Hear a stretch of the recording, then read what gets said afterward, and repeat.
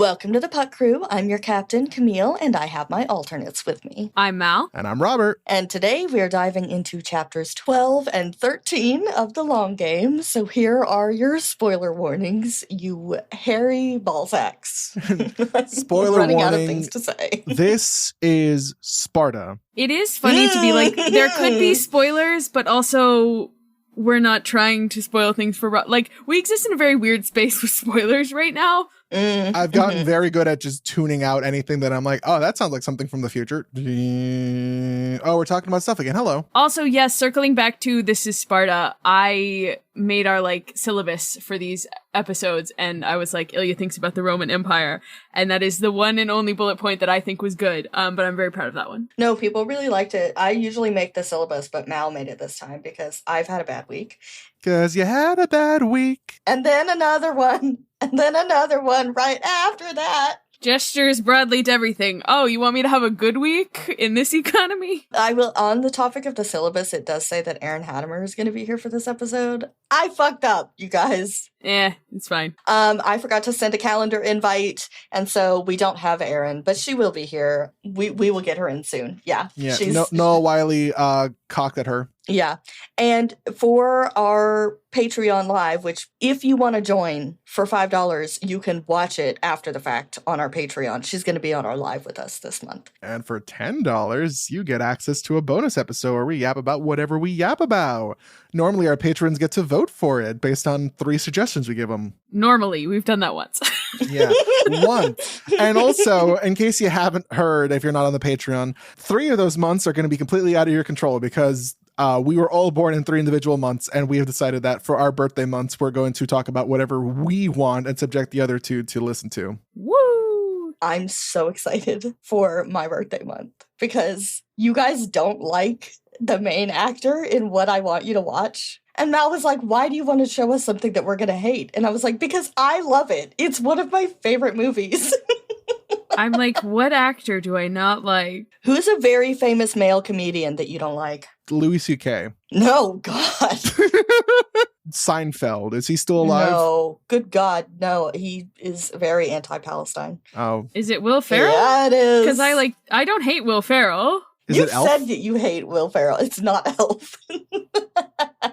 You guys have, I swear to God, you've said in an episode that you guys don't like Will Ferrell. But I'm very excited. I don't think I said that. Camille, I think you fell victim to what some of our audience does, where we told a joke and you didn't grasp that it was a joke. We don't actually hate Will Ferrell. Well, that's great because you'll like it a lot more if you don't hate him. It's great. Yeah, so bonus stuff over on the Patreon for you to enjoy. We also have an Etsy shop. We have lots of fun stickers. And we owe you guys a big thank you because we released a limited run of some stickers that said, I just hope Hudson Williams has a good day today. And we sold out within 3 days. And we originally were going to donate 50% of the proceeds. We ended up donating 100% of the proceeds, plus a little extra, to the National Coalition of Canadians Against Anti-Asian Racism. So we donated $300 to them. We're very excited about that. We did it in honor of Hudson Williams, and we are working on another charity drop. Shout out to our wonderful sticker manufacturer, Sticker Junkie. They gave us a store credit so that we could make some more charity stickers, and so we're really excited to get that done. And then we can donate more money because we don't have to pay for the stickers, which is great. Yeah. It's crazy how that works. Hey guys, was there by chance any big heated rivalry news? I'm not really big on heated rivalry social media. Oh my God. Boy, oh boy. Boy, oh boy. I was in the car with my friend on the way to Gay Island for the lesbian volleyball tournament. Mal had one job to kiss a girl and apparently did not, so RIP. Well, yeah, mission failed. I did try. I did make a move, but it's fine. Yeah, so I was like, wow, this is a fitting time for this to happen. And she was like, my friend who was driving was like not as like, she did not want to yap with me about this casting. And I was like, that's fine. So yeah, we have Justice Smith cast as Harris and Charlie Gillespie cast as Troy for season 2. Exciting stuff. Lots of thoughts. We've kept our thoughts mainly chill in the group chat, and now that it's more than a week out from the announcement, we can be like, hello, hi. So here's the thing. It is always sad when someone who feels represented by a character is no longer represented by said character. So yes, is it sad that Harris is going to be played by a skinny guy? Yeah. But at the same time, I do want to remind you guys, I think the fandom got a little bit creative in their personification of Harris. Something that I've realized about Rachel Reid's books as we read them is a lot of things are very vague, and there's a lot of things that aren't described like super intensely. And so like, yes, the words like stocky and a little bit pudgy are used to describe Harris. And I think like those are often euphemisms that like people who have grown up bigger have heard said about them when people feel like just saying fat is rude. So like, I understand coming to that conclusion, but I also like, I think Harris is not described physically very well. So like you can really, I think Harris has a tummy, but I don't. But I don't think I ever thought of him as being like fat. And I think a lot of people really took it and ran with it. But I also want to point out that like Rachel Reid posted an inspiration pic of what she thinks Harris looks like. And people decided to disregard that. And I, again. I mean, I personally decided to disregard that. I mean, I think that's allowed when you read books. Absolutely.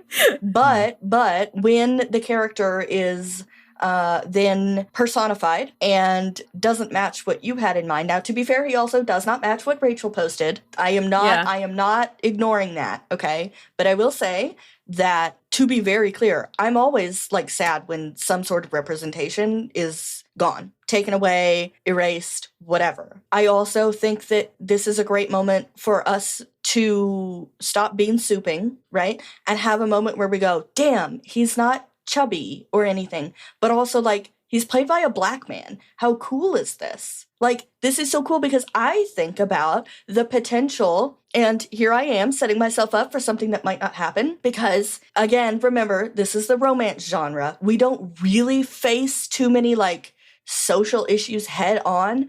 In these books, we have one social issue. You can't actually like if your main issue is like, oh, racism, you can't like defeat racism in a romance novel. Like it just can't happen. And that's not what the genre is for. The genre is an escape, which is why I like it so much. They're fairy tales, basically. And so I will say that the issue that Rachel Reid focused on is homophobia. That's it. Yeah. She didn't get into racism at all. She didn't get into like misogyny, really. Like, because all the dudes in these books love their ladies, Yeah. She, like, the women are empowered, and so, yeah. I mean, I think you're allowed to wish, maybe, that she went more into things, but I also think sometimes you have to look and realize that, like, not, like, a single piece of media cannot be all the representation that you want it to be, because then that representation will not be done well. Yeah. I want to temper people's expectations. I think it's really cool. I think I totally lost this thought earlier, but I think it's a really cool opportunity to have Troy there are very few black players, right? And that if you want more information on like that, you can actually read Harrison Brown's book, Let Us Play. They talk about, like, he and his sister talk about why hockey is so white and why it's so, like, middle upper class, because it's a very inaccessible sport. And so there aren't a lot of trans players. There aren't a lot of, because a lot more trans players trans people live in poverty statistically than cisgender people. And so they can't afford hockey. And so there are all these different societal things that go into it. But I was thinking how cool it would be to have a moment to, if Jacob Tierney decides to, address the fact that Troy is going to fall in love with a black man. But again, like, I think people are taking Troy's character and making him into a bigger villain than he was. He's a villain in that he's homophobic. He's never racist that I'm aware of. And I'm like, are we conflating fanfic where Troy was like saying racist things to Shane? Or like, because to my knowledge, Troy's never been anything but homophobic, right? Yeah. And we'll talk a lot more about Troy going forward, because we're like 2 episodes away from actually getting to tandem read. We're going to get to start Role Model in like 2 weeks. And I am like kickling my feet. Mal is so excited to be double teamed. Yes, by all these men. And I am also like, I'm very excited to reread this book, like now kind of having these actors and like thinking about what they're going to do. We also like, we haven't talked about Charlie Gillespie at all.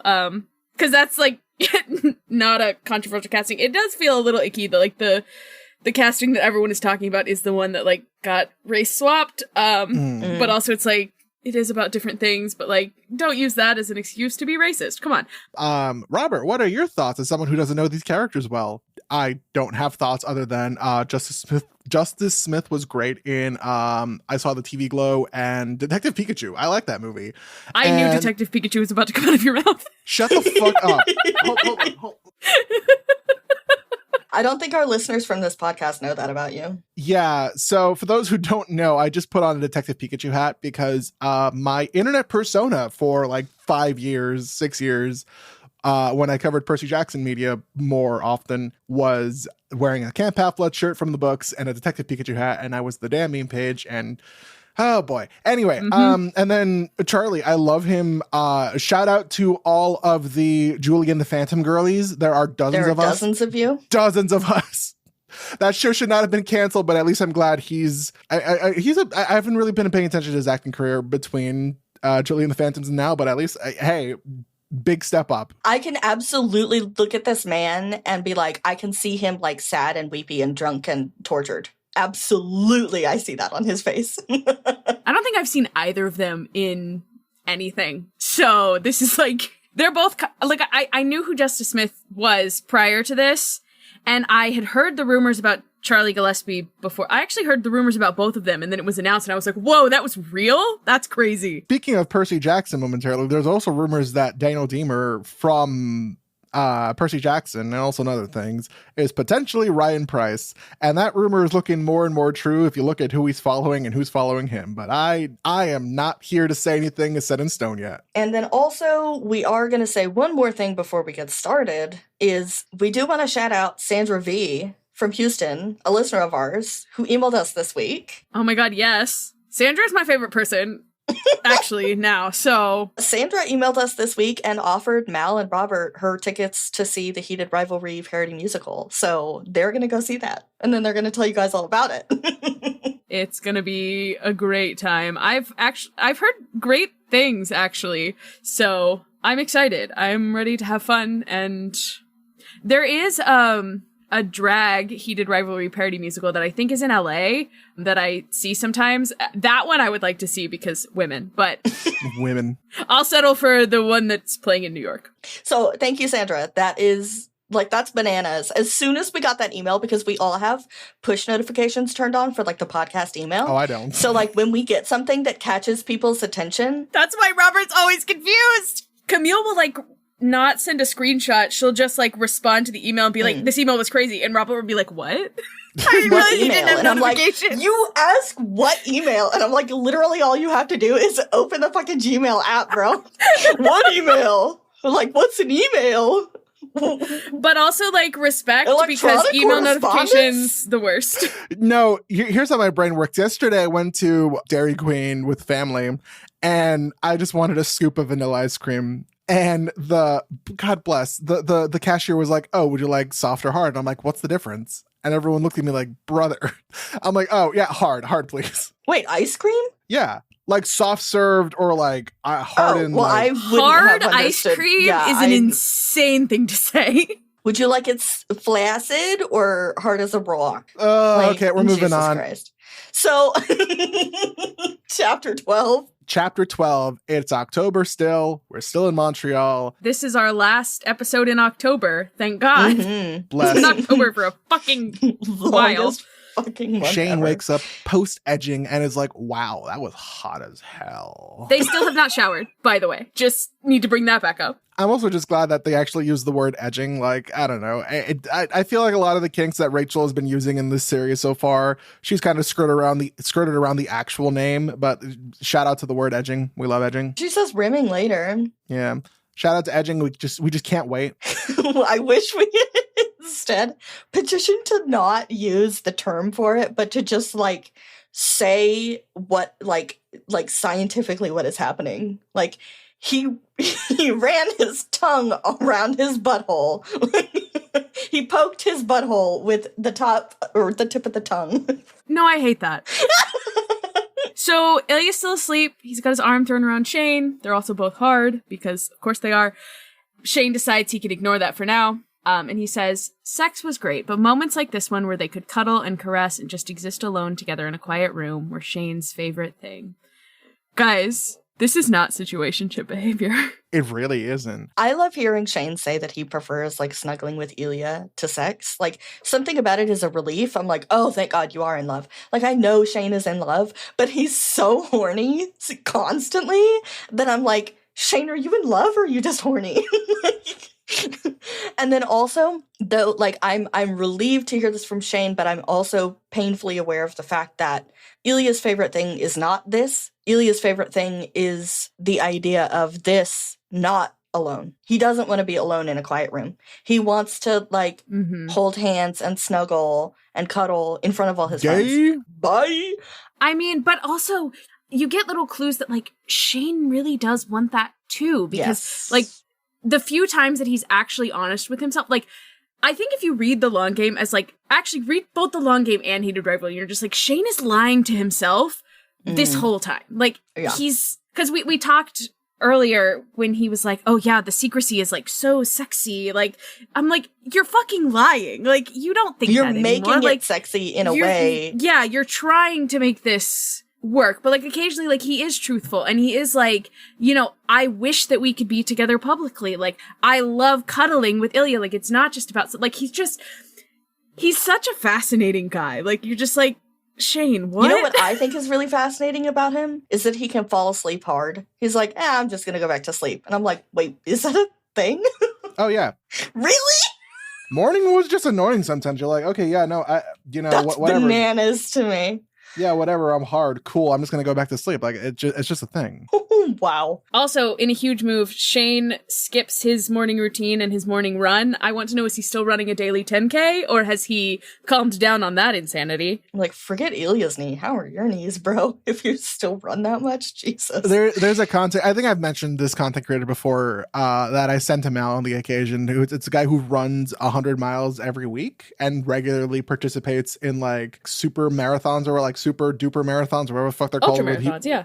Yeah, sure. I remember words where he runs like 100 plus, 200 plus miles the entire time or whatever. And, you know, hey, Mal, when are we doing that? When are we going to run one of those ultra marathons? I would do the Taco Bell ultra marathon where you have to run like 50 miles and you have to hit up like 10 Taco Bells or something, or maybe it's 5 Taco Bells. I don't know. Run 50 but you have miles to, with shit running down your leg. Yeah, and you have to order a different menu item at every Taco Bell. And like at one point you have to get a Baja Blast. At one point you have to get like a chalupa, I think. I don't know. There's all these rules, but it sounds fascinating to me, and I think it would be funny. On the topic of content creators and heated rivalry, can I say Ashby is one of my favorite content creators. I think she's hysterical. And she was live and I saw a clip and she said that someone had written her into heated rivalry fanfic, but and she was like, yeah, someone did, but they just like mentioned me as being their favorite comedian. Like I didn't get to have sex with anyone. And she goes, I have a mouth and a hole, use me. And I was like, brother. Oh my God. I'm obsessed with her. And that's the Lorax girl for anyone who doesn't know. So, I love her. I want her on the pod. Ashby, come on the pod. It looks like you've taken a hard fall. So, Shane has gone back to sleep and is just enjoying being held by the man that he loves. Love that. And wakes up to Ilya trailing kisses along his shoulder. And all I have to say is, when is it my turn? Well, it'll be your turn once we start softballing. Yeah, Robert's gonna find me my wife at softball. Shane says good morning, and Ilya says, it is. Again, I feel like the Barbie comparison is great, where like Shane has a great day every day. Ilya only has a great day when he's with Shane. Like, yeah. And so Shane tells Ilya they have a whole day together, and Ilya adds, and night. And I'm, the night. Yeah. The night. That is when Ilya can suck your blood. Anyway. And your dick. So you Shane think asks, nothing is stopping him from doing that during breakfast, honestly. So listen, if Ilya's a freak, he's a freak. I love him. Yeah. Shane is like, hey, what do you want to do? And Ilya says, well, I want you to brush your teeth because you won't let me kiss you until you do. I think that's weird. Like, yeah, brush your teeth obviously in the morning and whatever. My dentist is always like, if you can't brush your teeth twice a day, just brush it at night so that you don't go to sleep with like all the germs and shit in your mouth. Like that's bad. You can skip, honestly, if you really need to, your morning teeth brushing. It's not advised, but like you could. I just love this little like every time we get just a little glimpse at like how well they know each other. Like he knows that Shane won't kiss him until he brushes his teeth. Like it's cute. I love that. Robert, I thought you were going to be like, that's confusing. Why does that matter? And I was going to be like, because they be Frenchin', okay? They like We know tongues. You don't like kissing with tongue, but I don't like kissing with tongue when it's someone I don't know. Oh. I have said numerous times, first dates have been ruined because somebody shoved their tongue in my mouth. So I will say that Shane is also like, you have to brush your teeth too. And I was thinking about, we'll get to the next bit here, but I was thinking about how in this moment, I think I relate to Ilya in the length of our fuse. I think Ilya has a very short fuse. I think this is the first little thing that burns away at his fuse in the morning, and it's within the first few minutes, is that Shane is like, you have to brush your teeth too. And Ilya's like, I know, you know? Like, and it's not necessarily annoying, but it is one of those moments that it's like, yes, I'm aware. I'm not stupid, you know? It's like that line from Avatar: The Last Airbender where it's like, if we go to the Earth Kingdom nation, they might discover we're firebenders and, you know, imprison us. If we go back to Azula, she'll kill us. Earthbending it is. It's like, in my mind, I'm imagining Ilya being like, if I stay with Shane, he'll do annoying things like remind me to go brush my teeth in the morning. If I go back to Russia, they'll kill me. I'm staying with Shane. Well, so Ilya wants to make Shane a gross, healthy breakfast, and he has kissed Shane's knuckles, and now he's kissing Shane's palm, and then he says he wants to spend the whole day touching Shane. Just the domesticity of all of this, and just because see, I don't read it as Ilya being annoyed with this at all. Like, I just think this is what they do. And I don't think he's necessarily annoyed. I'm just saying that I think this is the first little bit of the fuse being burned away. Because there are all these little things that keep happening, and it's like, it wasn't annoying. But now that I'm annoyed, it was annoying. Mm-hmm. You know? Like, it's been recontextualized in the aftermath as being like, maybe that did burn away a little of my fuse, even though I didn't think it did. I also encourage people, when they say things like, I want to spend the whole day touching you, I encourage you to think about that in a non-sexual way. See, like, as a knowing partner, I'm like, oh, so Ilya's just poking Shane the entire day. Got it. Yes. Mm-hmm. Wet willies. You know, that's touching. I don't know if it's in these chapters. I think it was in the last chapters where, like, he's like, they were sitting on the couch together and he had his feet in Shane's lap. Like, things like that. I know he does it to Wyatt in the next chapter. Yes, but this is when they're sitting there watching the Rose movie. Oh, yeah. Yeah. Shane is rubbing at some point, Ilya's he's feet. got his feet in Shane's lap. So like, non-sexual touches as well. Like, I think touch is very important for Ilya. They brush their teeth, they take a shower, they make out in the shower, they make breakfast. It's very domestic. They're living their best lives, honestly. It's very much not situationship behavior. And Shane mentions that there's the ESPN documentary about their rivalry that's going to air next week. And this is the second time we've mentioned the documentary. Yes, the first time was in the chapter where they were talking to Farah. She mentioned the documentary. Guys, obviously you can't confirm this, but I'm like, I know that I'm looking away so that no one can spoil. Is the documentary what's going to be the thing that outs them?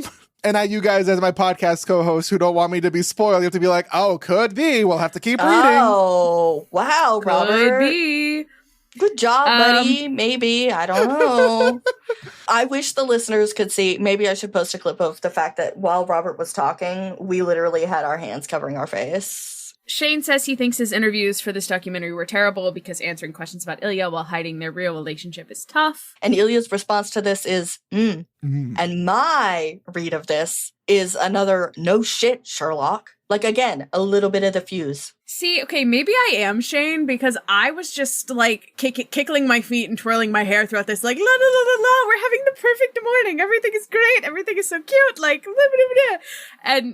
And you're like, oh, Ilya is, like, annoyed. Like, and I'm like, oh, starting is to he? lose his shit a little bit. Yeah, and that's me projecting as someone who identifies a lot with Ilya. That's me projecting. But I genuinely see all these tiny little things, and I'm like, oh, because if you followed me around my kitchen in the morning and I was like, this is a perfect morning, and you were like, well, you should brush your teeth. Duh. Yeah, it's sort of like that thing where like you finally summon all the energy to clean an area or like clean your room or whatever, and your parents want to like clean your room. Like, fuck, now I don't want to fucking do it. Thanks for ruining it. Now I've lost the will to clean my room. God. Shane asks what Ilya said about him, and Ilya says, you'll have to watch it to find out. And Shane is like, just tell me one thing. And this is another moment where I'm like, why does Shane want to know so bad? Why is he so committed to seeming chill about it? This is the part where I'm like, so Shane is starting to annoy Ilya. Like, this is when I clocked it, which, like, you know. Who pissed in his Cheerios? Well, there are no Cheerios because Shane. There are no Cheerios. I don't even know if piss is part of his diet, but I will. I think there's probably a part of him who, like, is, like, I know this was hard for me. Was it also hard for you? Like, what did you say about me? There's also probably this fear that, like, did you give something away in this interview? Like, maybe not meaning to. Like, I think it's a lot of things in this moment, like, why he's so...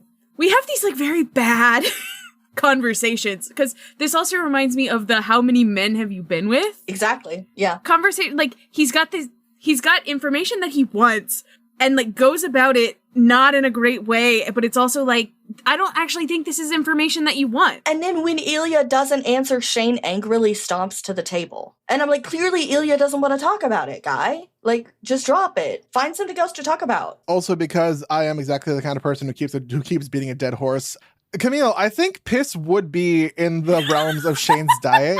It is mainly water and waste that comes mainly from protein breakdown. So in a broad sense, piss is just water and not complete protein. Thank you for your time. Piss is the most frustrating part of keto. That's a Reddit thread. Oh, okay, good. The AI overview says that urine itself is not consumed as part of a ketogenic diet. I didn't know. Well, his diet's not keto, but it's like... Oh, wait, piss doesn't mean piss. Piss stands for post-induction stall syndrome. I don't believe that. Which is...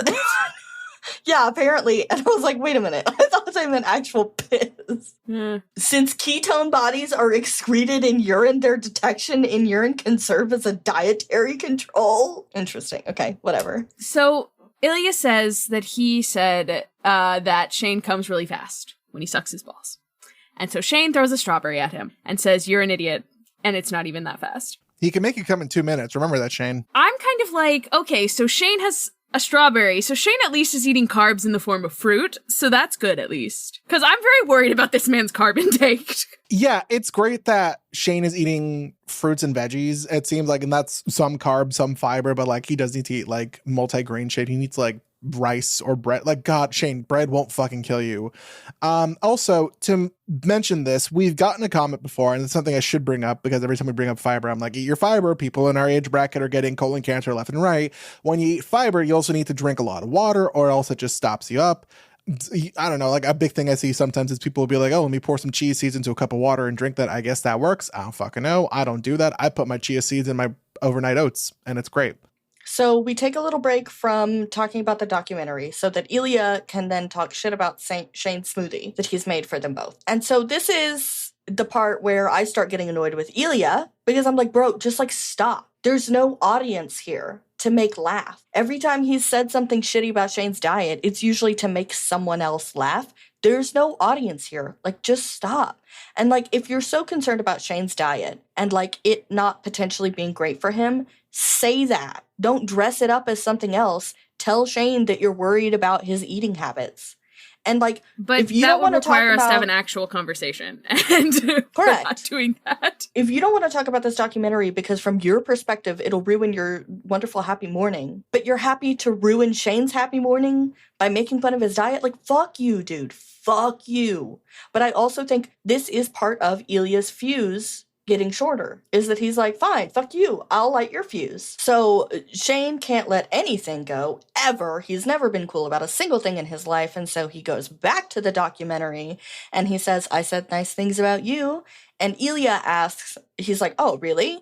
And tries to, like, act like he's disinterested here. Why did I say disinterested? Disinterested. So, like, Ilya feigns disinterest, and Shane is like the Puss in Boots meme from Shrek. Oh, with, like, yeah, the the please big- tell me, you know? The big watery bottom eyes. Yeah. And Shane's like, you're gonna have to watch and see. Like, he's trying to do the same thing Ilya's doing. This tit for tat sucks because they don't have tits. Like, there's just no, like, Shane is, again, like, I just wish you would tell me one thing.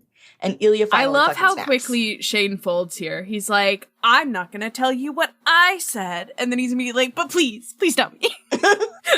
So Ilya snaps, and he said, why? Was boring. I could not say any of the things I wanted to say. I said you were a great hockey player, a nice guy, very competitive. All of the shit that any of your teammates could have said. When you watch it, this is what you will see. Me saying nothing. I wanted to say you are fucking everything to me. Everything. Okay? And to me, this part, I'm always like, bro, oh my God. Like, he's pissed the fuck off because you won't let him show you off. And he would never stop showing you off. He's said it. And he's proud of his trophy boyfriend, and he doesn't like feeling like just another bro in Shane's life. He doesn't like that people misunderstand intentionally. It's something that they're doing, right? They are making people misunderstand, and he's sick and tired of it. But again, he's not saying it. Say the actual thing, dude. Shane's response here is, like, insane to me, because the next bit of this is, he wasn't sure, after years of being together, how he could still be surprised by the depths of what Ilya felt for him. By the plain, unguarded way Ilya would occasionally reveal what he held in his heart. Maybe English being Ilya's second language made it harder to dress up his feelings with fancy words, but the raw honesty left Shane thunderstruck every time. I'm like, hey, perhaps you two need to talk more if, like, this is some grand revelation, because, like, obviously, we are a little more in Ilya's head than Shane is, just, like, by the nature of this being a book.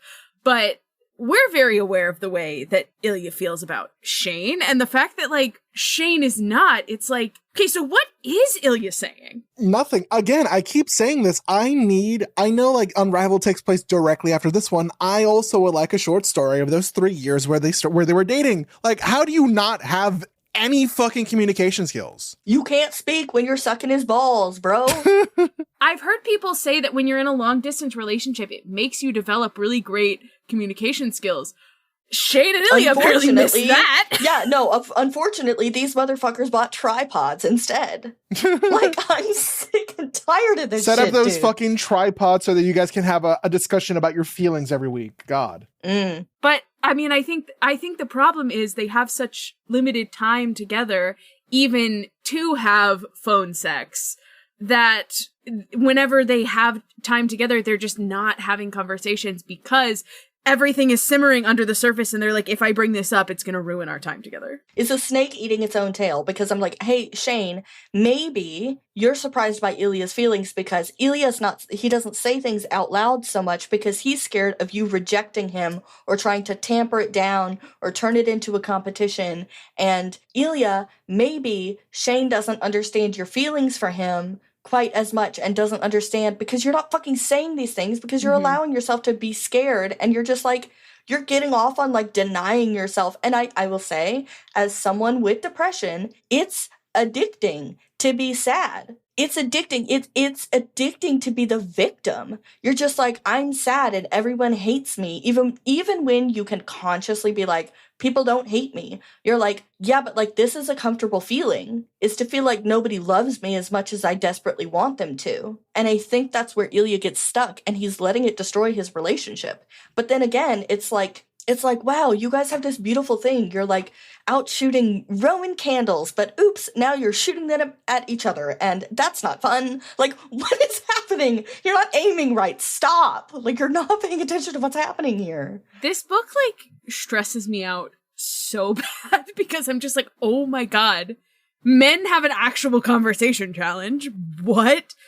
Impossible. So Ilya's like, okay, well, despite all of this, I am not drinking this smoothie. I'm still not drinking this. And then Shane laughs, and he's glad that some of the tension is gone. And I'm like, sometimes you gotta sit with the tension. Sometimes you gotta sit with the tension. Guys, this is what they do every single fucking time, and it drives me up a wall. Because we'll bring something real up, like, but not even really. It's like we touch on something, things get really, really tense, and then Ilya will make a joke, or we'll shut it down entirely, and then we like skate around the issue and we never actually have a conversation. But it's like, hey, it like, it's that meme where there's an elephant and it just says, address me. Like, we have to address the elephant. The house is on fire, and they touch the door handle and they go, that's warm. And then they walk away. And I'm like, no, God, why do you think the handle is warm? The house is on fire. Maybe your house is on fire, Shane. Oh my God, is that metaphorical? Maybe your house is on fire? Maybe I'm smoking because your house is on fire, our personal lives are on fire, and we're not addressing it? Oh my God. Yeah, we are. It is on fire. Like, oh my God. So Shane does admittedly tell Ilya, you're everything to me too. And this is bad news bears. Ilya held his gaze for a long moment, and Shane thought his eyes looked a bit sad. Then Ilya said, of course. It feels like mayhaps Ilya is starting to doubt this. It is. I've never experienced, but I understand that it's a very terrible experience to be like, I'm so in love with you, but this is not working. And I think it's like, of course, as in like, yes, in theory, I know that I am. In theory. But you're not proving it in the way that I need you to, because I'm not telling you how I need you to. Right, yeah. And so then Shane and Ilya are making out on the couch. Not really escalating because they have all the time in the world, but also like they don't have all the time in the world. Like they have one day and one night. Like that is also part of the problem. We're like, wow, we have so much time. You don't. I love that they're making out on the couch and that the phone rings, because in my brain, not escalating, my brain goes, escalators, escalators, escalators, eels. Which is something that Mal doesn't understand because she's never watched SpongeBob. Oh, SpongeBob. Listen, not watching SpongeBob as a kid is a lifelong social handicap, and it's not nice of you guys to make fun of me for it. I like the fact that Shane is like, I have a whole day in front of me. I have so many activities planned. It's going to be so fun. Kissing, rimming, fingering, other butt stuff. Like, I'm going to have the best day ever, bro. But Hayden calls. And this is not quite as fun as our previous Hayden phone call in Heated Rivalry. But it is funny that Ilya tells him not to answer the phone. Shane looks at it, goes, oh, it's Hayden. And Ilya goes, then definitely don't answer it. I just love this beef.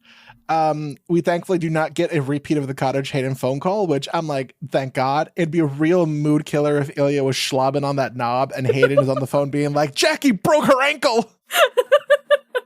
Yeah, it'd be a bummer. No, but I love that he's like, Jackie broke her ankle, and she's in the background like, no, I didn't. Wait. Jackie's in the background like this. No, I didn't. So Hayden needs Shane to watch the kids. Shane's a little upset since today was supposed to be just him and Ilya, but Ilya is excited because he loves the kids. I'm waving a flag. I'm like, this is something we should notice, that Shane is not excited, but Ilya is. And Shane is like, damn it, I wanted to hide all day today with Ilya. And Ilya's like, hell yeah, I get to be seen with my boyfriend. So Shane is like, I mean, I can, but Ilya's here. And Hayden says, oh, sorry, like, shit, you must be making up for lost time, right? And wink, Shane's wink. response is gross, which I didn't take that as, like, a sex thing. I mean, because, like, Hayden knows that they've been hooking up for the majority of their relationship, so he probably understands that, like, oh, anytime that they get together with their whack hockey schedules, is a lot of it's going to be spent fucking. Whacking each other.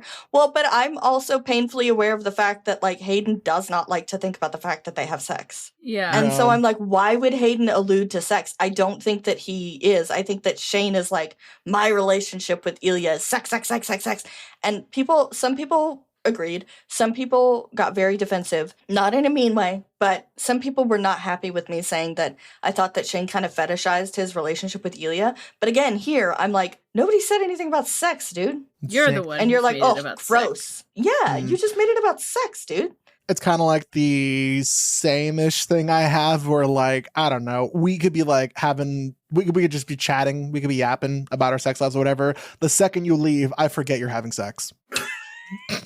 Says the ace friend. Yeah. And then like the extra thing is like, we're having kids. I'm like, oh, you guys had sex raw. Fuck. That's weird. Yeah, the kids part is weird.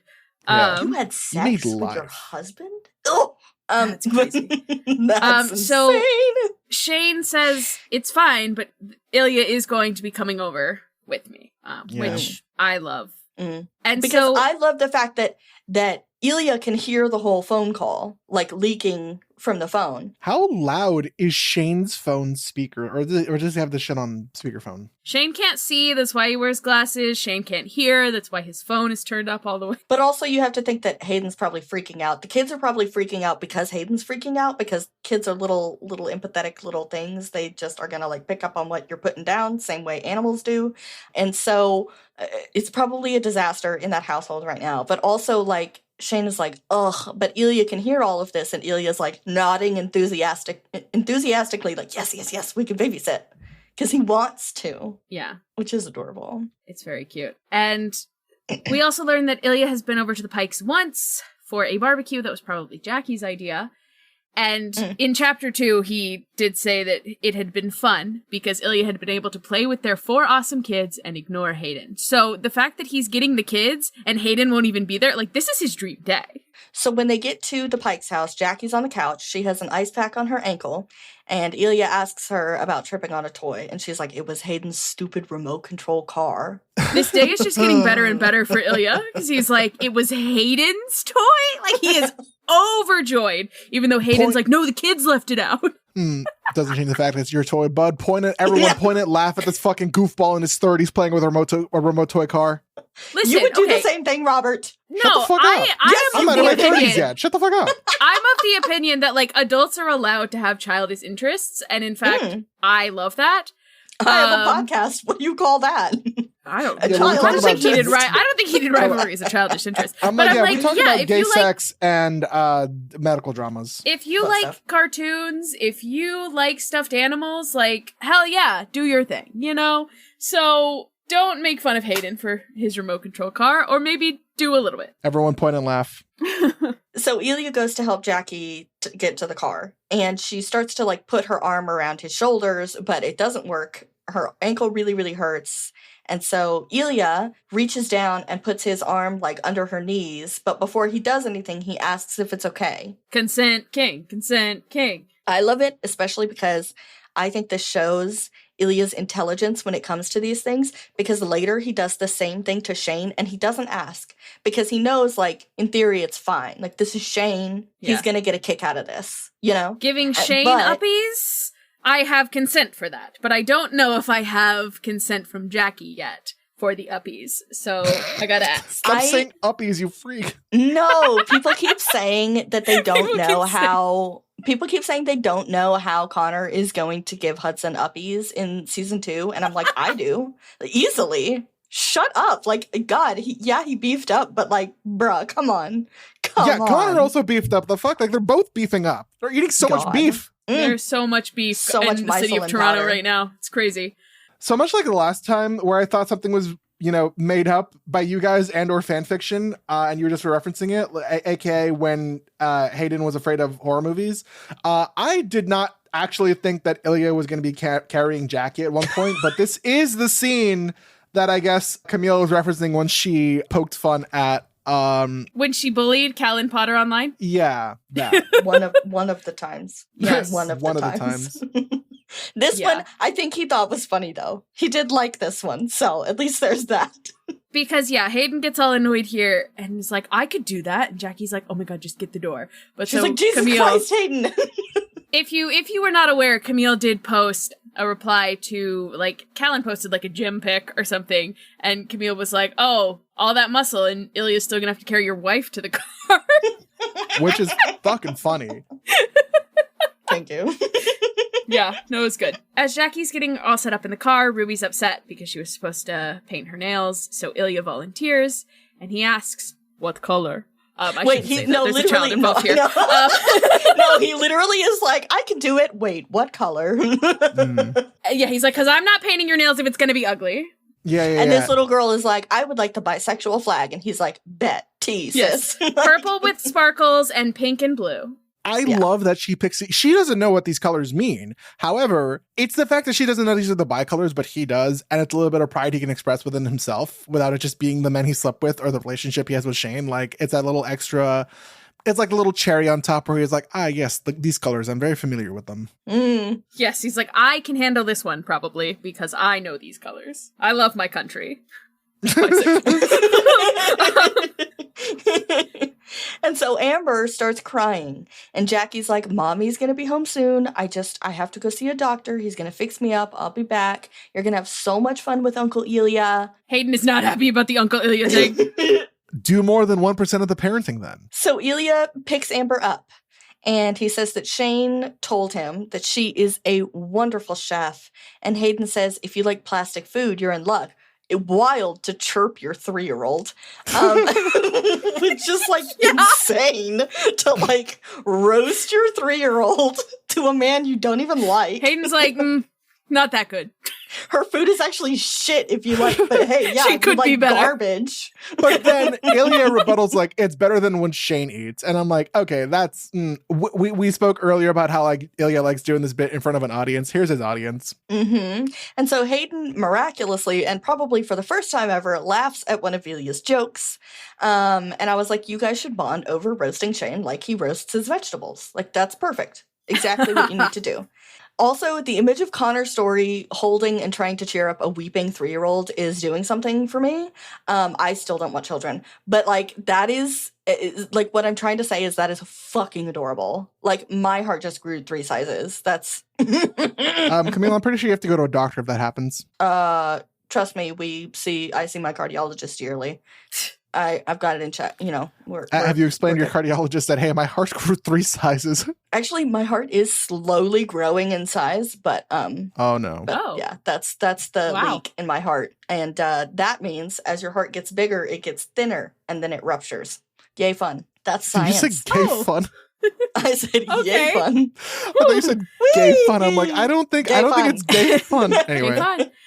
So Ilya is putting the sparkles on Ruby's nails when Shane comes over and asks how it's going. And Ilya says, amazing. Look what a great job I'm doing. Shane says he's jealous and Jade says she's next. Like Shane is going to cut her in line. Like, baby, that man will not be painting his nails. That man would rather die.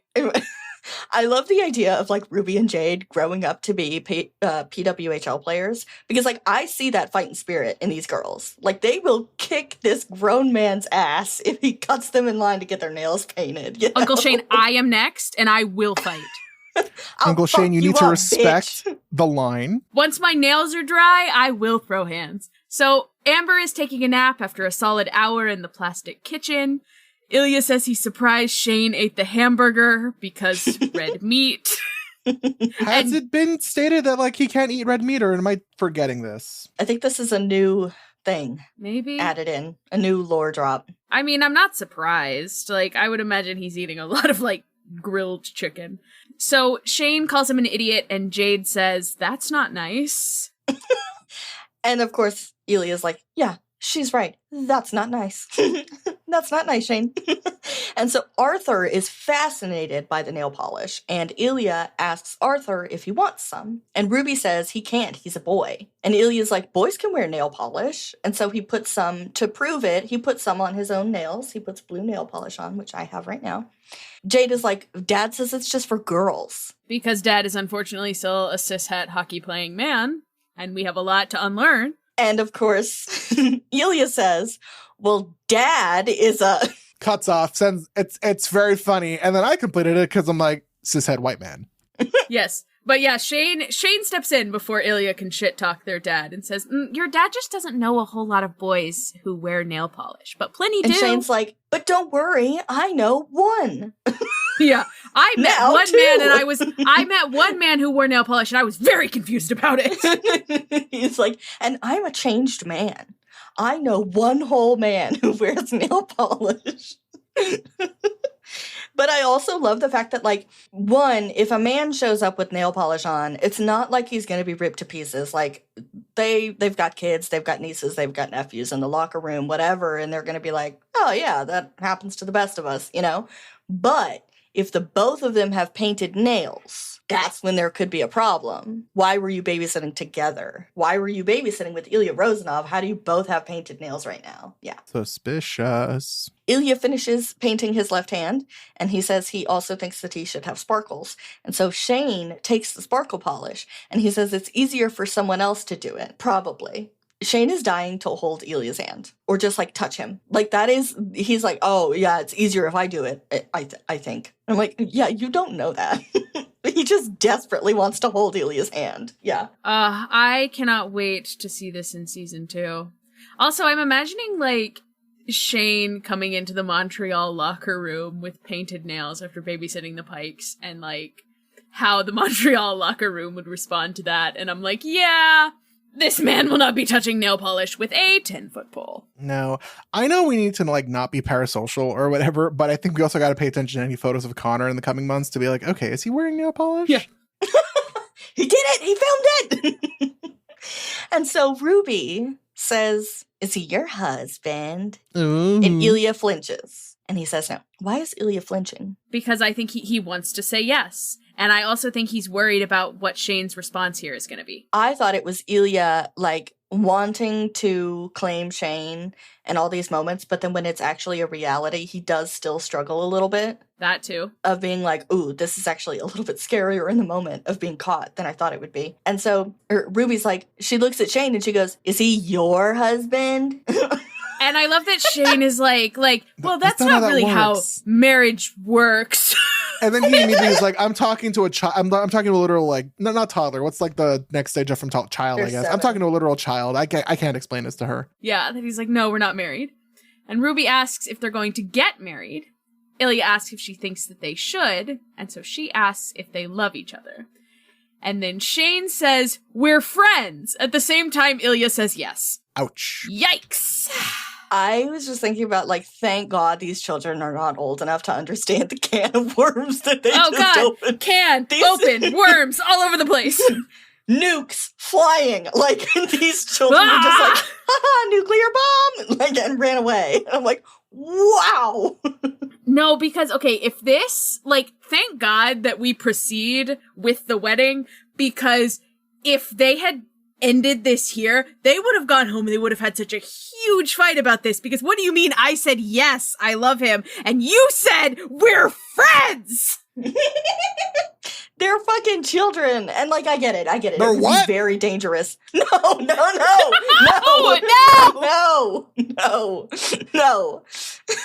But, like, I get, like, that you can't tell children that you love each other because they're going to tell everybody. They're not going to understand, right? Right, yeah. Also, I just know that Jackie Pike is raising little allies. And ally. And I also think that, like, Hayden is because he doesn't want his kids to be bullies. You know? Like, they're raising allies. They're raising good kids. Remember, kids, we don't make fun of Uncle Ilya for being bisexual. We do make fun of him for being a shit hockey player. Who's with me? Yay! Yes. Can you imagine sitting at the dinner table and one of the girls is like, Uncle Ilya, can you teach me how to shoot a hockey puck? And Hayden's like, I'm killing myself. Are you kidding me? Hayden's like, where's the guys, I get to the room? literally play hockey. And they're like, no, but we want Uncle Ilya to teach us. Uncle Ilya, can you show us with Rozanov? And he's like, no. And Shane's like, I can. So everyone say thank you to Jade Pike for being the hero of the day, because she has the incredible idea to marry Shane and Ilya today. Thank God. We did it. Make an honest man of your Uncle Shane. I love these. I do need outfit inspirations for my wedding in the future. So we cut to Shane in the Pike's living room in a magician's cape and a top hat with a pink plastic heart ring. Ilya has on a red sequin bow tie and flower crown and a purple plastic heart ring. Instead of asking people in a gay couple, like, which of you is the man, which of you is the woman, start asking them, which of you is going to wear the magician's cape and top hat at your wedding, Me. and which of you will have the red sequin bow tie and flower crown? Mac. How cool of a magician's cape? We're just talking like the standard like black magician capes that comes in like those like cheap little shitty magician's kits. I think probably. Hayden, you're a fucking millionaire and you're buying your children the cheap shit, damn. At least we know that Mal and I will be the one in the princess dresses. Or maybe I'll be in a princess dress and Mal will be in a firefighter costume. I will be in the firefighter costume for sure. For sure. Firefighter costume at Wabut's wedding. Yes. So the girls are in princess dresses. Arthur is wearing a firefighter costume. And he's got a blue manicure. Mm-hmm. And there's an audience of stuffed animals. And Arthur also has a Moana toy. That plays 15 seconds of a song. Yeah. I can't believe that Lin-Manuel Miranda played the Hollanov wedding. That's such a get. Damn, I can't believe Lin-Manuel Miranda played the Hollanov wedding. Lin-Manuel Miranda, made lesbians a thing. Like, damn. Yeah. So the real question is, which Moana song? It's probably How Far I'll Go. Yeah, the obvious answer is the toy would probably play How Far I'll Go, but like it would be really funny if it's the weird ass crab What song. can I say? Oh no. I literally have only seen that. No. I've seen that movie one time and I fucking hated that scene. I had like a visceral reaction to how much I hated it. Yeah, that It's scene is so bad. wild for a kid's movie. So Jade says, "Welcome to the wedding of Shane Hollander and Ilya ... And he tells her it's Rozanov, and she mispronounces it as Rozanov, which makes Shane laugh. And Ilya says, "Shane, keep it together. It's our wedding day." That's one of my favorite lines. Because I could just like out of the side of his mouth, Shane, keep it together. It's our wedding day. Ilya is so dad coded. He's like, don't mess up our wedding. He's like, this is the only wedding I might get with you. You need to mind it. Mind yourself. So the ceremony is as follows. Yes, we gotta read it because it's too good. Shane, do you promise to love Ilya and be his husband forever? Ruby asked. Shane gazed at his ridiculous-looking boyfriend, who smiled back at him. One of the flowers on his headband was holding on by a thread, dangling in front of Ilya's raised left eyebrow. Suddenly, absurdly, Shane's throat felt tight. I do, he said quietly, and with an embarrassing amount of feeling. Ilya, said Jade, do you promise to love Shane and be his husband forever? I do, Ilya said. Forever. There was a slight tremor in Ilya's voice which surprised and relieved Shane. At least Shane wasn't the only one getting inappropriately emotional. Okay, Jade said. Do the rings now. I am also inappropriately emotional. I mean, it's just really cute. It's just so really cute. It's so cute. Whenever they put this on my screen next year, I will be sobbing. Someone do a wellness check because, yeah, I'm not going to be okay. I'm like fully anticipating the fact that I'm going to have to like take a couple extra hours off of work in the mornings because I'm going to have to stay up so late to make sure. And we're going to be like FaceTiming to watch it all together unless miracles happen. Who knows? No, We'll see. I watched episode 4 on the way to work and that like ruined my day.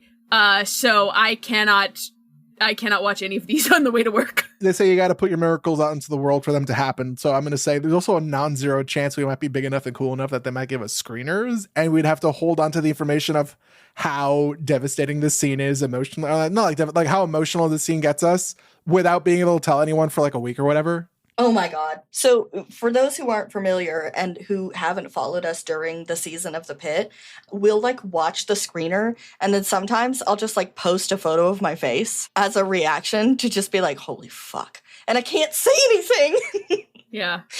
It's weird to like watch the episode because then when it comes out and everyone's freaking out about it, you feel very like, oh, now you guys are catching up because like we've known about this for, yeah, it's weird. So we find out that canonically Shane's hands are smaller than Ilya's because the ring fits just above his second knuckle on his pinky, and then Ilya's ring barely fits past the tip of his pinky. You know what they say about men with big hands? That 9 inch is true. Shane also looks up and catches Ilya blinking rapidly as they're exchanging rings. Not crying, because Russians do not do this, but... They don't blush, they don't cry. And Ruby says, I now pronounce you husband and husband. Classic sibling thing. Jade goes, I now pronounce you husband and husband. I was supposed to say that. No, you weren't. You say the kissing thing. Oh, yeah. You may now kiss. And they kiss, and the kids cheer, and they throw pieces of ripped paper, and Arthur plays his Moana song again, and it's like, damn, do you think Shane and Ilya had the decency to clean up after their mess, or did Jackie and Hayden have to come to home to rip the paper scattered everywhere? What did they rip up? Imagine, listen, like kids don't have any idea of like what important papers are. They just know that papers like are paper. W-2. Yeah. We've ripped up our birth certificates. Contract. We're no longer we no longer exist. Hayden later is like, honey, have you seen the tax forms? Hayden's biggest endorsement deal yet. Like, to and date. the kids have ripped It's it the up. contract. And honestly, respect to Shane and Ilya for not just immediately ditching these kids and going to, like, have their honeymoon. They have great willpower, more than I expected from them. Shane asks if this means tonight is their honeymoon, and Ilya says, let's pretend that it is. Let's pretend that it is and fight. This is a very good wedding for 2 7-year-olds. I'm like, these are 2 children who have, like, been to a wedding and have seen the wedding and probably became very obsessed with weddings. So I'm like, have they been throwing wedding for their stuffed animal? Whose weddings did they go to? Like, I want the lore. I think because hockey players like to get married so young, like they either meet like a European woman back home over the summer, or they meet an American woman who looks European, or a Canadian woman who's like looks European. Like they look Finnish or Swedish, like they're super blonde and like very specific. The look is very specific. And I think they have probably been to plenty of like rookie weddings. Because I think the fact that like Hayden is married with kids is not out of the norm for a hockey player. Are child-free weddings not a thing for hockey players? They are. Oh, I was going to say in general they are. Hockey players, I have no fucking clue. I would think that maybe they could come to the ceremony, but not like, or like there's a certain point of night where the kids have to, the kids leave or whatever. I don't know. My wedding just going to be like, I get married at a courthouse. We're going to have a nice dinner. And then afterwards, it's like whoever feels like being brave and staying up, like the dinner will end at like 5 or 6. Whoever feels brave and wants to stay up till like midnight at a karaoke bar, follow me. Any of you who want to go home, no hard feelings, love y'all. Go home, get home safe. Go home, Frank. Yeah. Shane and Ilya may have the willpower to continue babysitting, but Rachel does not make us wait that long. We cut to Shane and Ilya going home. Shane can't even unlock the door because Ilya won't stop kissing his neck. And I love the way this is written. Quit it for a sec, would you? Shane said, tipping his head to the side to try to block Ilya's attacks. Ilya wasn't deterred. He switched to the other side and nibbled under Shane's ear. Shane let out a childish-sounding giggle and pretended to try to get away when Ilya wrapped an arm across his chest from behind. See, now, when I hear childish-sounding giggle, I always imagine Nick Offerman's giggle like he did when he was Ross Swanson. Yeah. Like, that is definitionally the most childish-sounding giggle I've ever heard in my life. Camille posed a question where she's like, you know, do you guys not park in the garage and into the garage? So I'm just imagining an AU where like Shane's neighbor's Ted walks by. He's like, hey, Shane, thanks for loaning me your lawnmower. Why is Ilya Rozanov sucking on your ear and neck?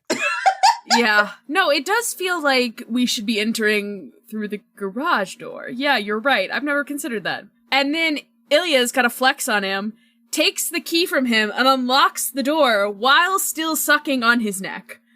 And Shane calls him a show-off. Ilya picks him up, bridal style. He's bisexual. That means he can do 2 things at once. So that's true. He can kiss your neck and unlock the door. Shane is unfortunately super gay, so he got distracted by the gay part. So Shane says, what the hell? Though he knew he sounded more delighted than outraged. Put me down. Ilya grinned at him and nudged the door open with his foot. Is our wedding night.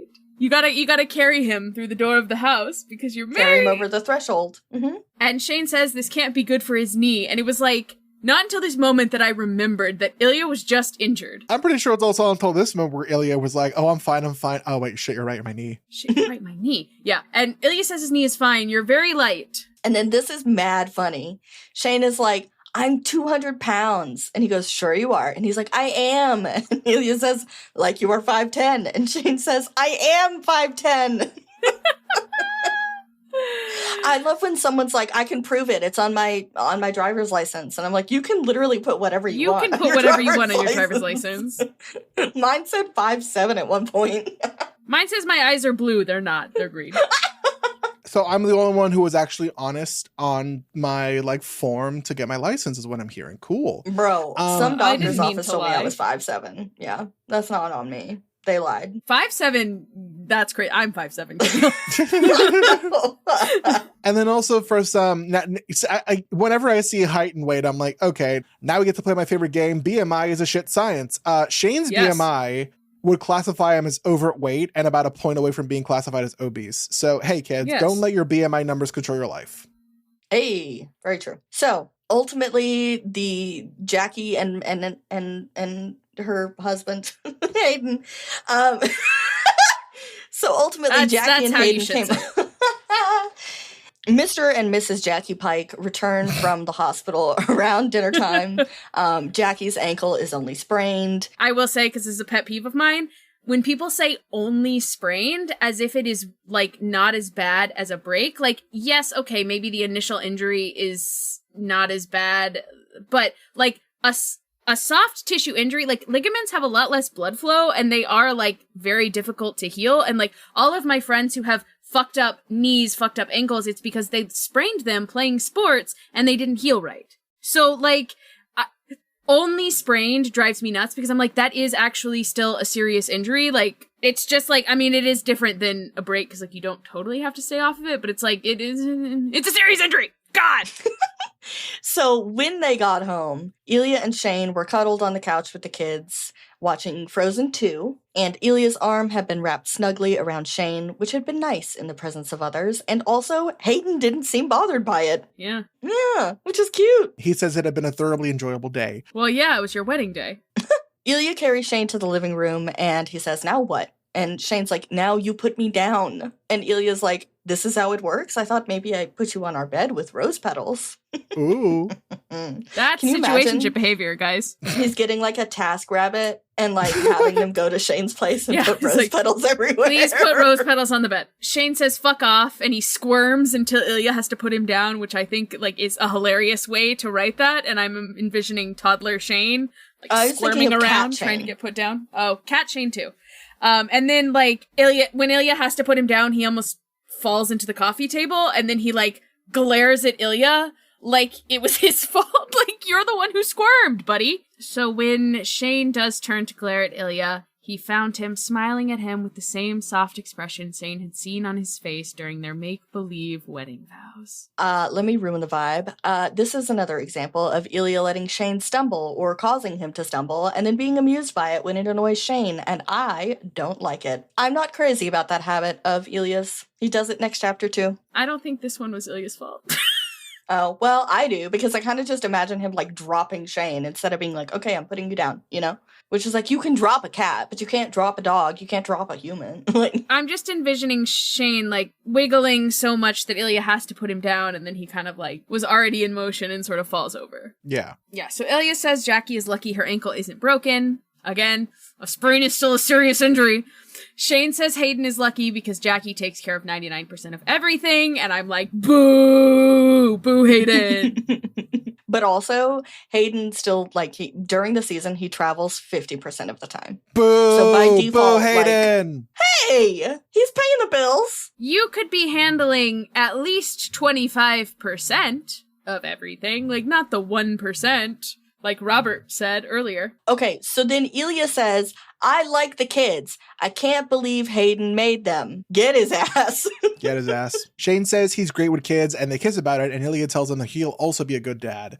And Shane is like, well, not as good as you. And Ilya, I think for the first time fucking ever, like in this relationship, was like, not everything has to be a competition. And then Yeah, which is just, I'm over here waving red flags. Like, Shane, he's trying to be sweet. Please relax. Please, like, take the hint and just have this sweet moment with him where he wants to be equals with you. And then Shane says, there were moments today where I felt like I was looking into our future. And Ilya's like, was it okay? And Shane's like, yeah, it was great. And so then it says, Shane saw joy flash in Ilya's eyes, and then he didn't see anything because Ilya was kissing him thoroughly. I mean, you said earlier, you were like, Shane, keep it together because this might be the only wedding that we get. And I really do think that is what he was thinking. Like, I mean, I think Shane has said, like, I want to marry you. I see a future with you. But 10 years is a long time.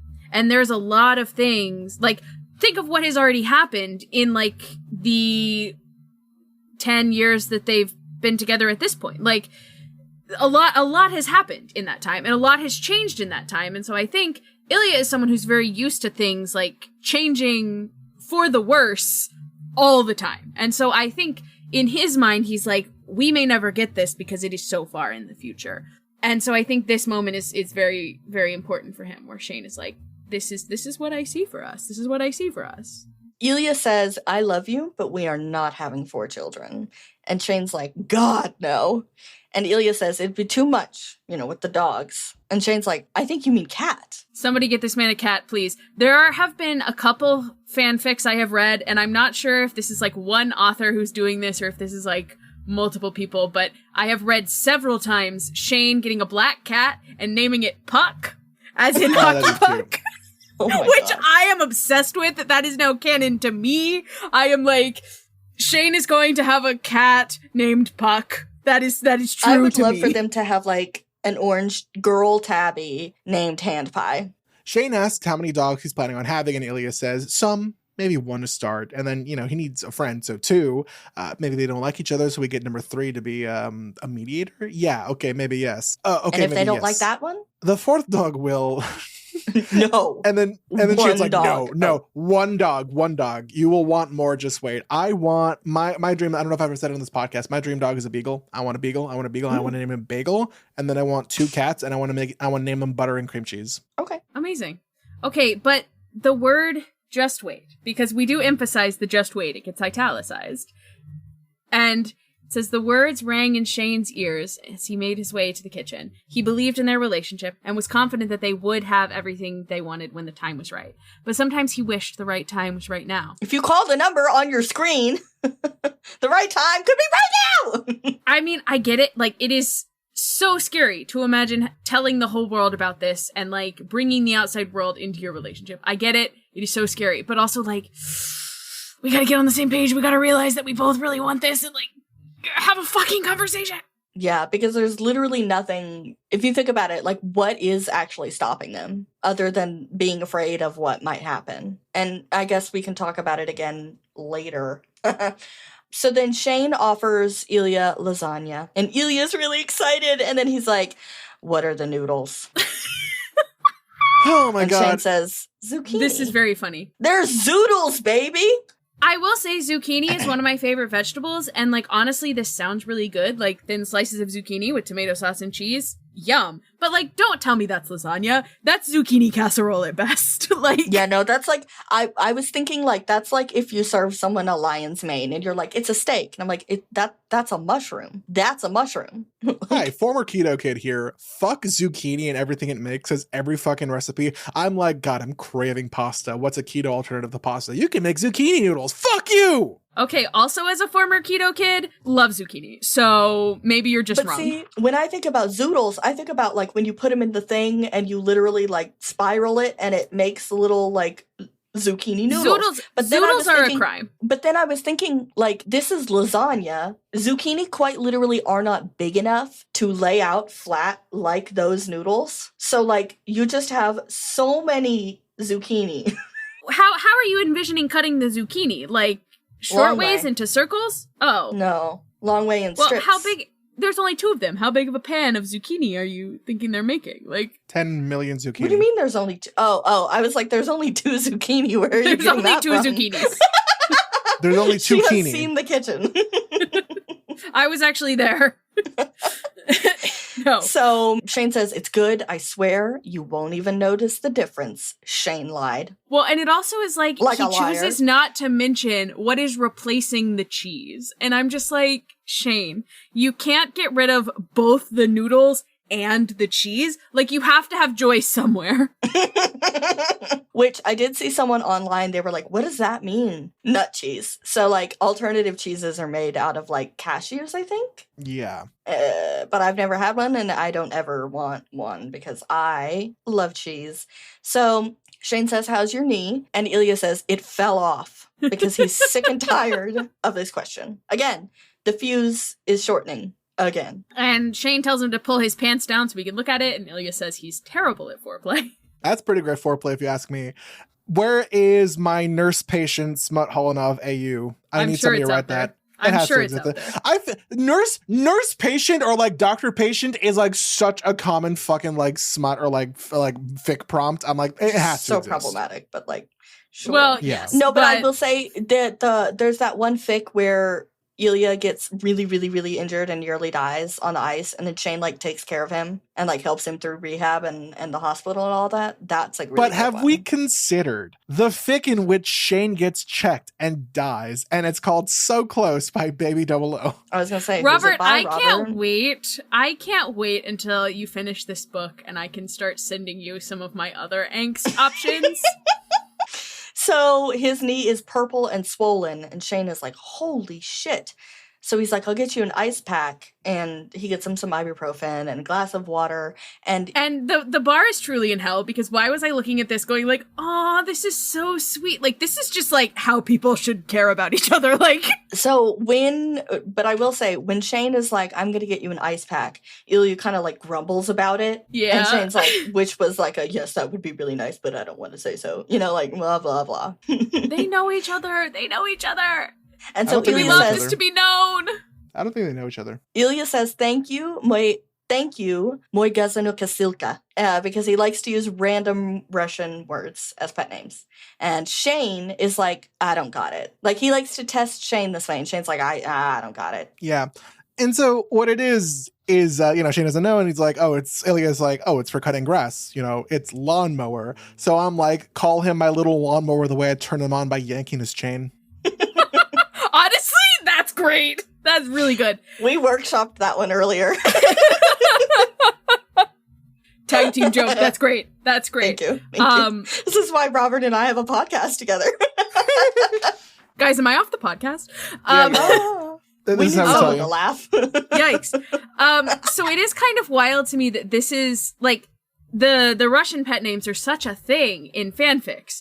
This is the first one that appears in the book. Like, we're 12 chapters in, and this is the first time he's called him a random Russian. But, like, he really doesn't do it that often. Like, yes. And I want to say that's the only other one. Like, it's not a thing that happens that much in the book. Yeah, like, fun fact, it's not canon. Like, Kotinyuk Shane Hollander is not, he's never said that. Never. He's also never said Solnishko. Yeah, he's never said that. That's a fanfic thing. There are a lot of fanfic things. It is funny to see like what the fandom really takes and runs with, and this is one of them. Because it's cute, like it's adorable. That kitten and Sunshine, and then also the fandom really likes to think that Shane probably calls Ilya baby, which I'm not mad about. Mal hates it. I'm mad about. Yep, baby's not a pet name. Yeah, I don't like baby as a pet name. But that's a me thing.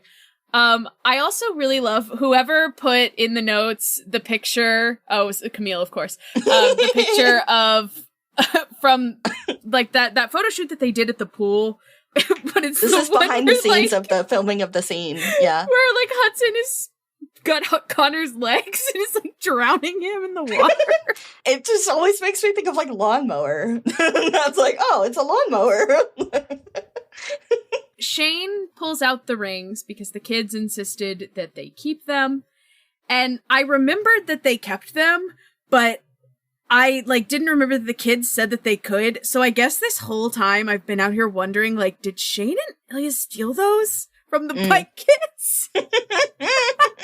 But But no, the kids were like, no, you should keep the rings, which is correct. They should. Those are their wedding rings. But I will also say that the way that this is written, it's like, oh, Shane bends over and he feels something digging into his hip, and every fucking time my brain is like, Ilya's boner? Every time. So Ilya points out that the kids knew about them and that they didn't care. And Shane's like, yeah, that was a surprise. And he's like, I don't know how they figured out that we're together. Like, I'm sure Hayden and Jackie did not tell them, because that would be really risky. And because if you are a safe adult, you don't ask children to keep secrets.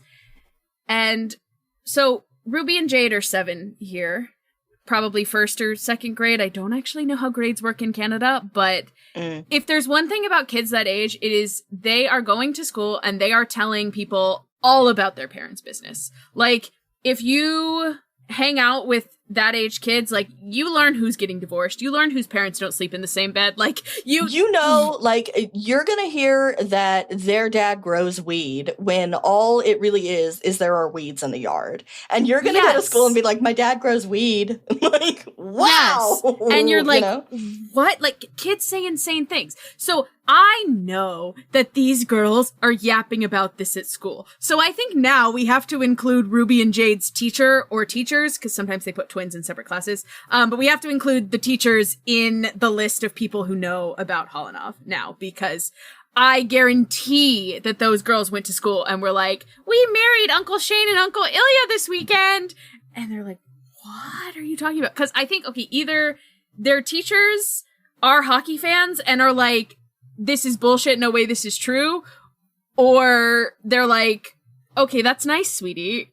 Anyway, I have a fanfic rec kind of about this, and it is Mr. Emergency Contact by Fandom Commitment Issues.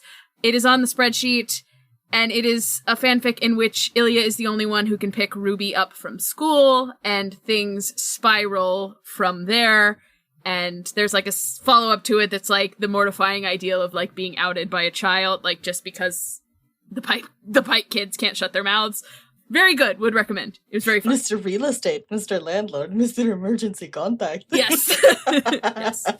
Ilya then says that maybe more people wouldn't care if they knew. And Shane says, I think most people would care way too fucking much. And then it says, Ilya's expression shuddered. Then he began to aggressively adjust his ice pack.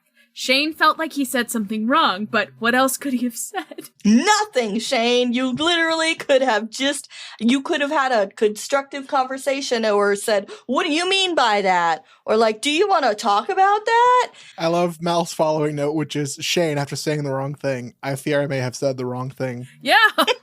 Yeah, you did, Shane. No, and I think like, it's just clear how much they need to talk to each other, because the way that he's like, did I fuck up here? Yeah, you did. It also says he didn't honestly believe that many people would accept them as a couple. They could only stick to the plan, which was continuing on in secret until they were both retired.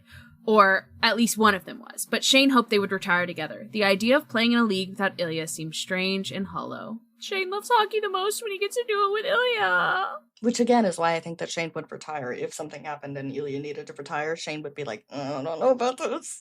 He'd probably play another season and then just be like, maybe I am more than just a hockey player. I think Shane could play for like a season or two without Ilya, but it would lose its sparkle. Mm-hmm. Shane asks Ilya what's wrong, because he at least notices that something is wrong. And Ilya grumbles something in Russian, and Shane says, what? Which is very reminiscent of Not Everything Is About You, Hollander, is he says, Gospodi, and Shane says, what was that? And he says, not everything is about you, Hollander. Yeah, and then we get, I think you care too fucking much about everyone else opinion. So it's sort of like the continuation of Not Everything's About You, Hollander. Mm-hmm. I think you think that everything is about you, Hollander, and it's not. Other people's opinions, who cares? And Shane says, aren't we both concerned about that? Ilya didn't answer, and Shane felt like he was missing something important. You're just now realizing that you're missing something important, Shane? No, but here's the thing. How disabling must that feel to be in what feels like a massive argument with your partner and be like, I'm missing something. Yeah. I'm missing something. And he is missing something because Ilya doesn't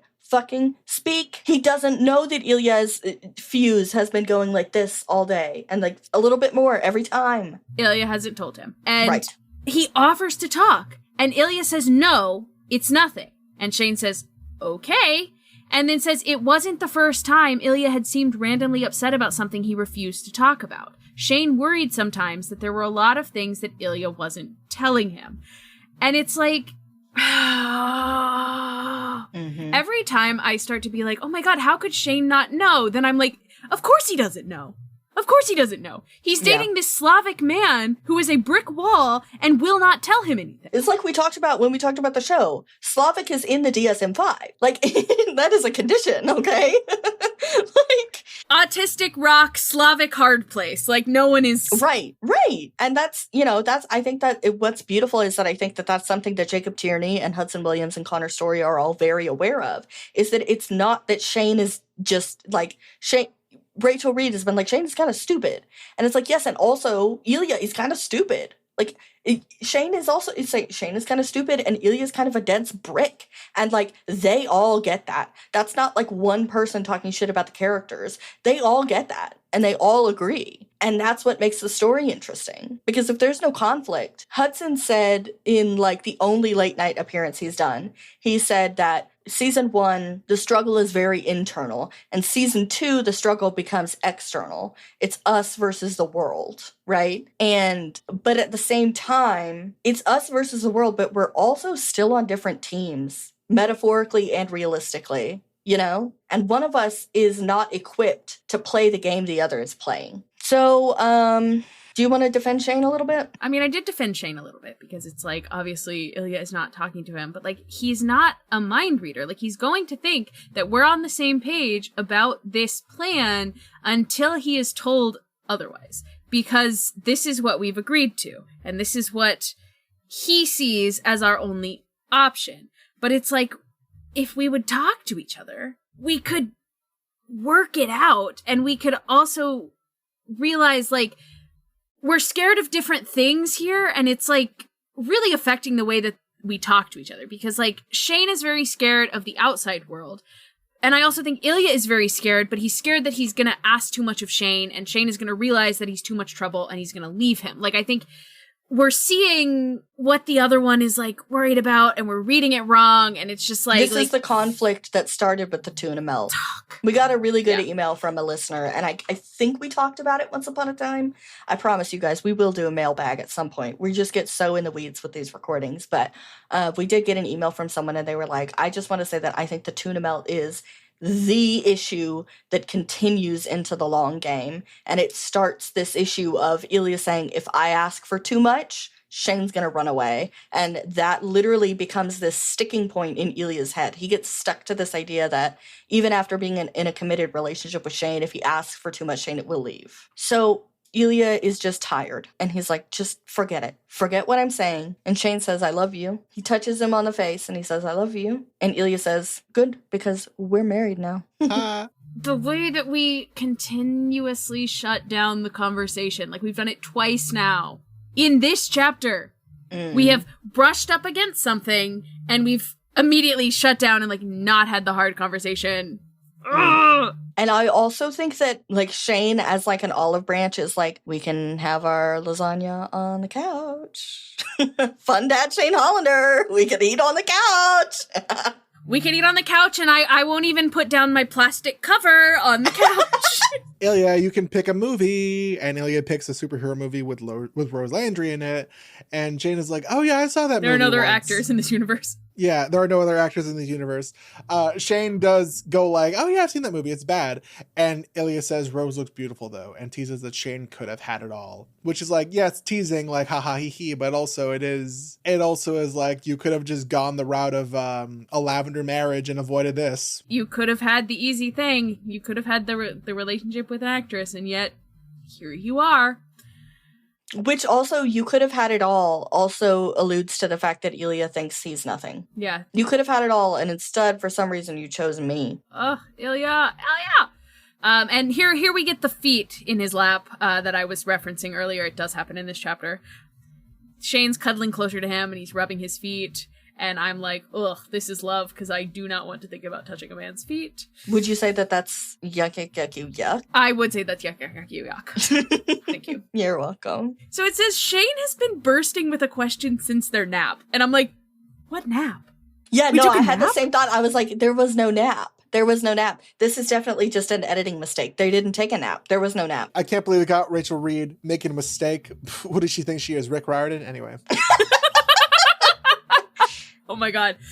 Yeah, well, I was trying to justify this, and I was like, well, maybe Shane is considering him going back to bed this morning as a nap, but then I'm like, feels like we would have maybe mentioned the question that he was bursting. I don't know, because that, or I was thinking maybe they all fell asleep on the couch with the kids and dozed for a bit, or like, I don't know. I think probably originally what happened is that they came home, took a nap, and then all of this, but then instead she rewrote the scene and this line just didn't get fixed. Should have probably been like, he's been bursting with a question since we got home, but he didn't want to ruin the moment. Now he can't hold it in anymore. And so Ilya assumes that he's asking about his knee again. And so he's like, it's fine. Or perhaps he's trying to divert Shane because he knows what he's really asking. I think that he genuinely is like, oh my God, not the knee again. I think he thinks it's the knee. I think there's an equal chance of it being one, or like, I think Ilya is like smarter than a lot. Like we keep saying like, oh, he's a jock character. Oh, you know, let LGBT characters be dumb. But like Ilya is smart.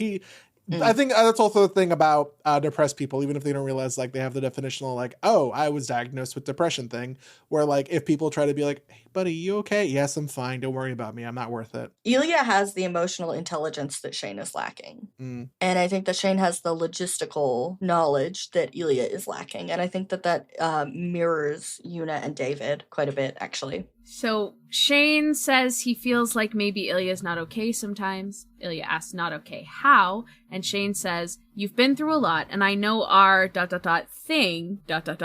isn't easy. And I'm just wondering if you maybe need to deal with some of that professionally, I mean. And Ilya narrows his eyes and says, why are you saying this? And then Shane puts a hand on his arm, and Ilya flinches. And the line is, shit. Shane was fucking this up. He tried again. This moment makes my heart race because like Shane is really trying here, and Ilya has thrown up every single wall that he has. He's like, you cannot confront me with this shit. It doesn't matter that I'm in the safest place known to man. Even if he'd asked him at the cottage, he may not have taken this well. He's like, it doesn't care that I'm with my safe person, or it doesn't matter that I'm with my safe person in a safe place. Like, you can't ask me this. You can't confront me with my emotions. They're mine. I feel like he's barely started to recognize these things in himself. And the fact that Shane is also seeing them is like not something he's ready to confront, because that makes it like really real. And he's not used to someone paying enough attention to him to notice that something is wrong. And so his knee-jerk reaction is, oh, that's not good, that's not safe. And it's like, it's very safe. Shane then goes further on to be like, I've never thought much about, mental health stuff before we started the charity. But sometimes you seem sad, or I don't know, withdrawn? With what? Withdrawn, like, quiet. Everyone is quiet sometimes. Ilya turned back to the TV. You should try it. Yikes! Yikes! Oh! And see, okay, this is why I can't get too mad at like some of the things that Shane says, because it's like, yeah, Ilya can be mean too. Like sometimes they say mean things to each other. Not to mention, Ilya also is about to say shut up, basically. Yeah, this is bitch, like everyone is quiet sometimes. You should try it. Oh my God. He's too quiet. Isn't that the fucking point? Ilya, isn't that what you're mad about? Oh my God. Also, I just want to say, of course, he knows what withdrawn means. I think it's more, like, technically, I think he knows what withdrawn means. I think he just has not heard it used in this context before. But also, like, I just think he's a very emotional. I'm of the opinion that Ilya pretends to not know English when he doesn't want to talk about things. He's like, no habla español, and walks away. And Shane's he's like, that doesn't make any sense. Like, neither do I. Shane's like, Ilya, I think you might be depressed. And he's like, depressed? I've never heard this word. He's like, you literally like, yes, you fucking have. Charity. Yeah. Your mother killed herself. Meanwhile, so then Shane is like, fine, we don't have to talk about it. Just know that if you want to talk or want to maybe see someone about it, I'll support you. And if you don't want to, I'll support that too. But I'm worried sometimes. And Ilya hits him with like, you should not worry. I am okay. It's like, again, it's like the depression thing that like a lot of people with depression do, where they're like, nah, I'm not worth it. Don't worry about it. Focus on something else. Unfortunately, a consequence of having people that love you is that they're gonna worry about you. And that's like... I do apologize a lot when I cry. Like when I'm not anticipating crying and then I start crying, I apologize so much because I'm like, sorry, that was not what you signed up for when you started talking to me in this conversation. And so I get it. I get being like, sorry, whoops, no, I'm going to stop myself because that's not, you know. And so Shane takes Ilya's hand and squeezes, and he says, you don't have to deal with anything alone, all right? And Ilya swallows hard and says, yes, fine. And his hand is trembling. Ilya. Shane says, I'm serious. Ilya stands and pulls his hand away and says, if there is something, I will tell you, but this is nothing. So let's eat bad lasagna and shut up about it, okay?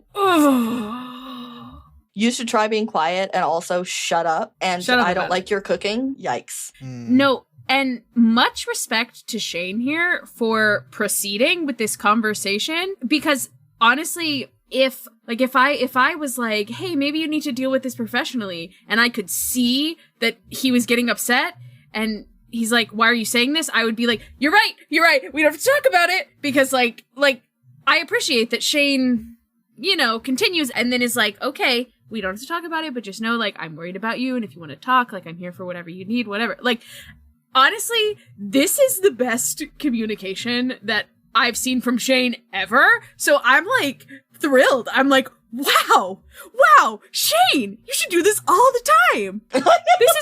This is also why I won't accept, because there's a lot of people that are like, Shane is such a bad partner, he doesn't notice how much Ilya is struggling. I'm like, yes, he does. And he brings it up, and Ilya is mean. Ilya shoots him with a bottle rocket or a Roman candle. Like, what do you want? Of course he's not gonna bring it up again. Like, Ilya has, like, essentially told him to shut up. Like... Yeah, also, but no, I'm very proud of Shane in this moment for not taking the bait and starting a fight. Yeah. Like, he doesn't take the bait. And I think that this is kind of like almost Shane leaning on his experience as being a captain on the ice, is that he's like, I'm not going to take the bait. He's chirping me. I'm not taking the bait. I have to be the mature one here. And I think that it shows that Shane has paid a lot of attention and learned a lot, because he was like, hey, mental health is something that's really important for Ilya, so I'm going to lock the fuck in the same way he did with like learning Russian. It's important to Ilya. I'm going to lock the fuck in. I would really love to get Ilya's POV of this scene and like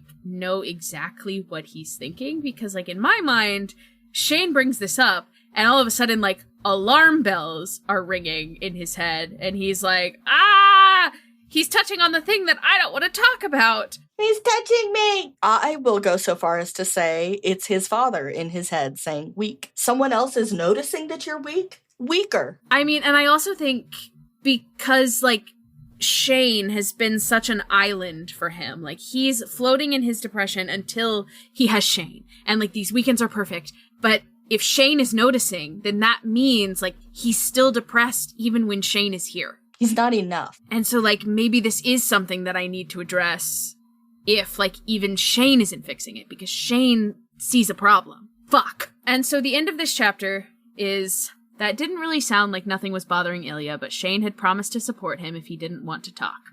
He stood too. It's not bad lasagna.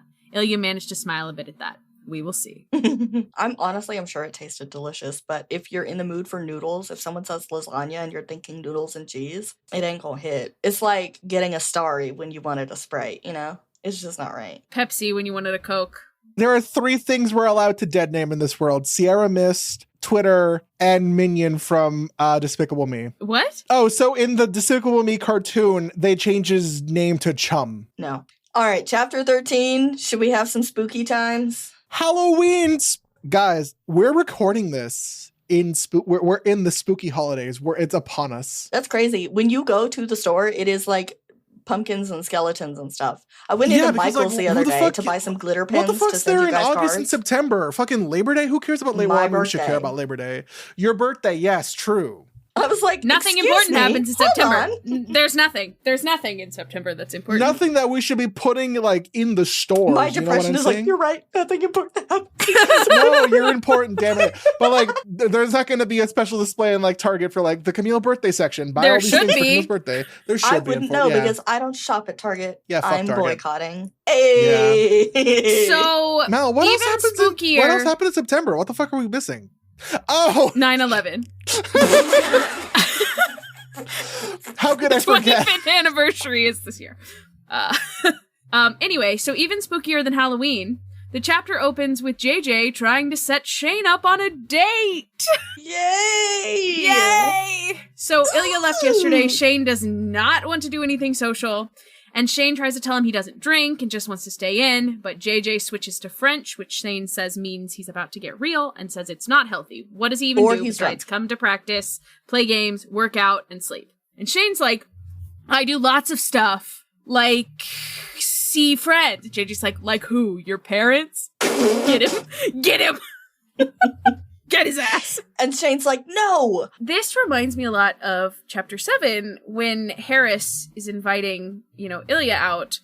And then also how we talked about how that, we had that with, also Hayden trying to hang out with Shane, and Hayden kind of finding a way to hang out with Shane that worked for Shane, versus, Harris not finding something for Ilya, is just kind of accepting, he's not going to go out.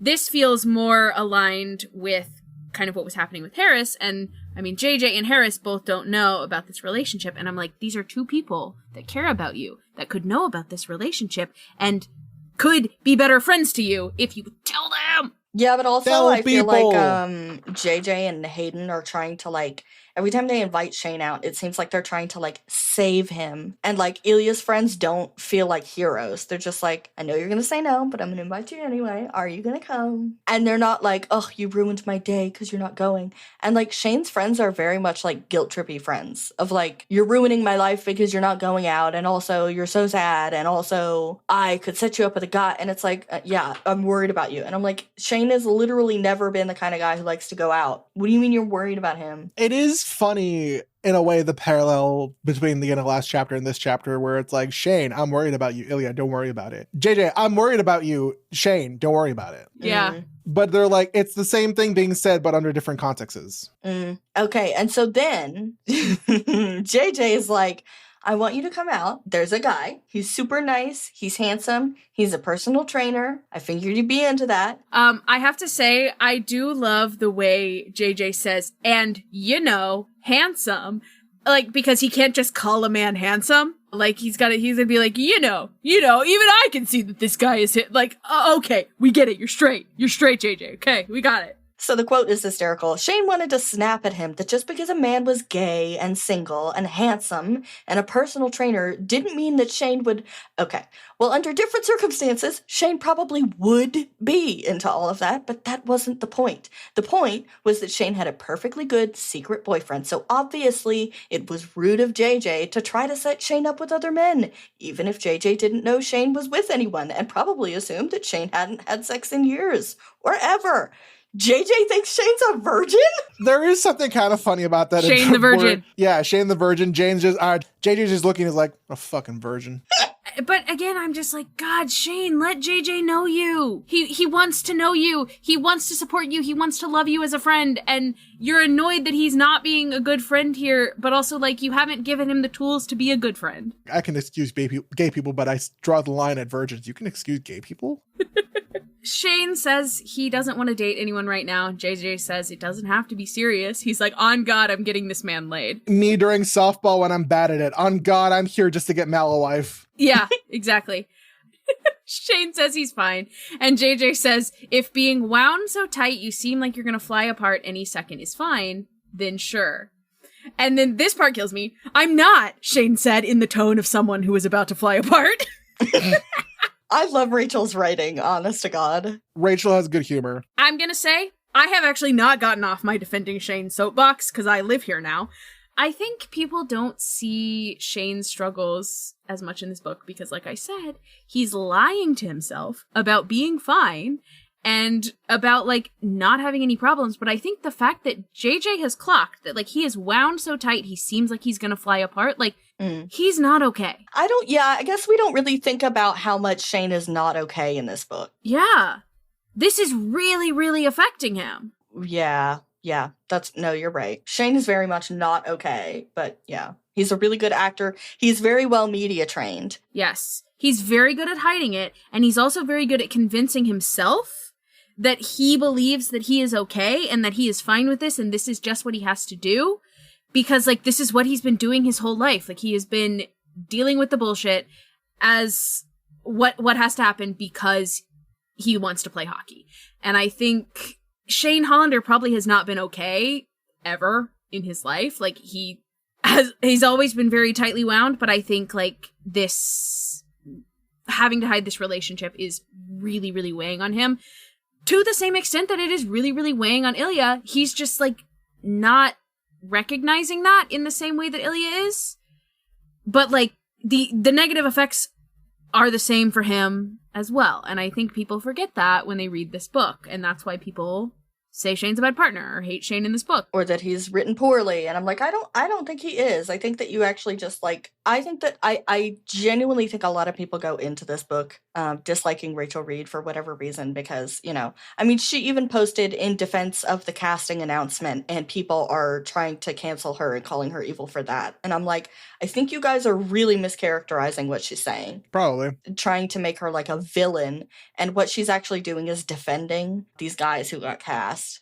And I think a lot of people let that paint their opinion of her writing, which again, I will say a million times over, romance novels are very different from other novels. Yes. I am surprised to realize that there are people who don't read romance novels. That's bananas to me. Bananas. Because it's like all I read. And so like it's very much a genre I'm comfortable with. I have read bad books. This is not a bad book. People want these books to be something that they're not. Just because it's not what romance books are. Mm-hmm. Yep. And so JJ's like, just come out, meet David. And Shane is like, my dad's name is David. And he doesn't really feel that passionate about it, but he like locks in on it. And he's like, I can't date a David. My dad's name is David. I think I've told this story before, but there was this guy named James. And I was like, I don't think I can date a James because my brother's name is James. And he was like, well, lucky for you, my middle name is Maxwell. And I was like, I have a brother named Maxwell. No, I will say this is valid. Like, it is a left swipe for me on girls with the same name as my mom. Or if, like, I've seen a couple girls named Max. I have a brother named Max also. So I'm like, I can't do it. I can't do it. So this is valid. Yeah. Thankfully, my older sister's name is not that common. So I didn't like, when I was on dating apps, didn't have to deal with like, oh, I don't want to match with a girl who has the same name as her. Oh, also, I do want to point out, it's very good that Shane says, did the other guys think so? Do I seem distracted or something? Is it affecting my game? What is this about? Like, Shane is so, again, wound so tight he's gonna pop. And so worried about what other people think. Am I not living up to the expectations of the Montreal Voyageurs? I can see Hudson Williams is going to eat this alive. Hudson, I cannot wait to see Hudson in season 2. God, it's gonna be so good. Oh, it's gonna be so good. I'm almost as excited about like the cake and the acting. That's the one thing about this show that I love is like I'm excited about the butts. I'm excited about the sex. I'm excited about the acting and the quality of the story. And like it's all just so goddamn good. It's all there. Pick one over, you know. It's I like horny. It just looked It's like quality you were television. Like... Yeah, incredible. So JJ asks, so if I meet any nice single gay guys who aren't named David, and Shane says, introduce them to David. Probably the smoothest thing Shane has said in a while. Which is incredible. Incredible work by Shane. So then Hayden comes out from the shower. He's only wearing a towel. And he's like, did JJ try to set you up with that guy? And Shane's upset. He's like, why is everyone so fucking concerned? Everyone on the team so concerned about my sex life. And also, why didn't you try to stop him? You know that I'm with Ilya. Like, fuck off. Like, even if you can't tell them, like, oh, I'm in a relationship, you can tell them to fuck off. And Hayden's like, oh, well, this gown sounded perfect for you, and that I think you can do better. Which is like, oof. He's joking. Yeah, but it's also like it's not a funny joke. No, especially because of Shane's headspace right now. Shane feels confronted. I will also point out, though, that Shane in this moment feels the way that Ilya just felt about being confronted. He's getting a taste of his own medicine and he's not realizing that he is because he's not connecting those dots. It is funny that we see both of them confronted about not being okay and they both kind of react the same way. But it is also kind of sad that, like, Shane is the only one who can call Ilya out for being okay, but like Shane has these friends who can see that he's not okay. But then it also makes me sad that like as a partner, Ilya doesn't seem to be noticing that Shane's not okay, the same way Shane's friends are. We're missing stuff left and right. Where it's, So he's kidding, and he goes, besides, I know you guys are married now. Jade told me it was a beautiful ceremony. I'm a little hurt I wasn't invited, but, I'm happy for you kids. Which I mean is exactly the kind of jokes you make when your kids marry your best friend and his boyfriend. Yes, this is funny. This is a good joke. And Hayden says, even though I give you shit about him, I do hope that I'd be invited, if you ever did get married for real. And Shane stares at him, simultaneously touched by Hayden's support and baffled that he thought Shane wouldn't invite him to this hypothetical wedding. And he says, of course you would be. Don't be fucking stupid. Shane, master of words. Don't be fucking stupid, bro. He's like, oh, emotions? Don't be fucking stupid. No, like, the fact that he's just like, why would you think that? Why would you think that I wouldn't invite you to my wedding? What the fuck? No poker face Shane Hollander is like, you're a fucking idiot. And Shane says he doubts that they'll have a traditional wedding, but if they have anything at all, Shaden? Whoa. Whoa. Shane says he doubts they'll have a traditional wedding, but if they have anything at all, Hayden is on the list. And Hayden's like, so is Rozanov on the list? And Shane goes, okay, you're off the list. And Hayden's like, no. This one was kind of funny. This is funny. But like earlier when he was like, the line, Hayden doesn't know where the line is on like when it is okay to joke about. And there's not hypothetical. There's, I think you could do better. I wanted him to set you up with another guy. And there's this wedding in the future. Because that's like, oh, you're actively trying to change my relationship. And this one is like, okay, so like, is your fuck ass husband gonna be there? But I love that Shane is like, you're off the list. And Hayden's like, no. And he goes, yep, all the way off. All the way off. All the way off. But Hayden's like, no, I'm your best man and the MC. I see Ilya in my head going, no. And then he offers to get annulled or whatever and marry you guys myself. He really is a Rhodes Scholar. Yeah, no, I love the emerging trend that like Hayden just like doesn't know what words mean. Because Shane is always having to correct something. So Shane says, do you mean, wait, what does he say? Did you mean ordained? And he goes, annulled means ending a marriage, dumbass. Do you want to end your marriage and marry both of us? Because that's how that sounded. I love how mean Shane can be. He's like, you're a fucking idiot. You're a dumbass. And I'm like, whoa. Don't be fucking stupid. You're of course invited to my wedding, but also, dumbass. You don't know what annulled means? Like, just... Shane. Hayden says, no way, Jackie's the best, and also he would never marry Rozanov. And Shane says, so you'd marry me. And he blushes and says, no, I'm not, no. And then Shane's like, okay, you know what? I'm gonna let this go because that just got weird. And these are the kinds of things that, like, are why people are convinced that Hayden has a crush on Shane. But also, I think, like, we're... No, this was no homo. This was literally just, like, Hayden getting flustered because he's like, you know? No homo. No homo. I want to be at your wedding. No homo. Not as the groom. Yeah.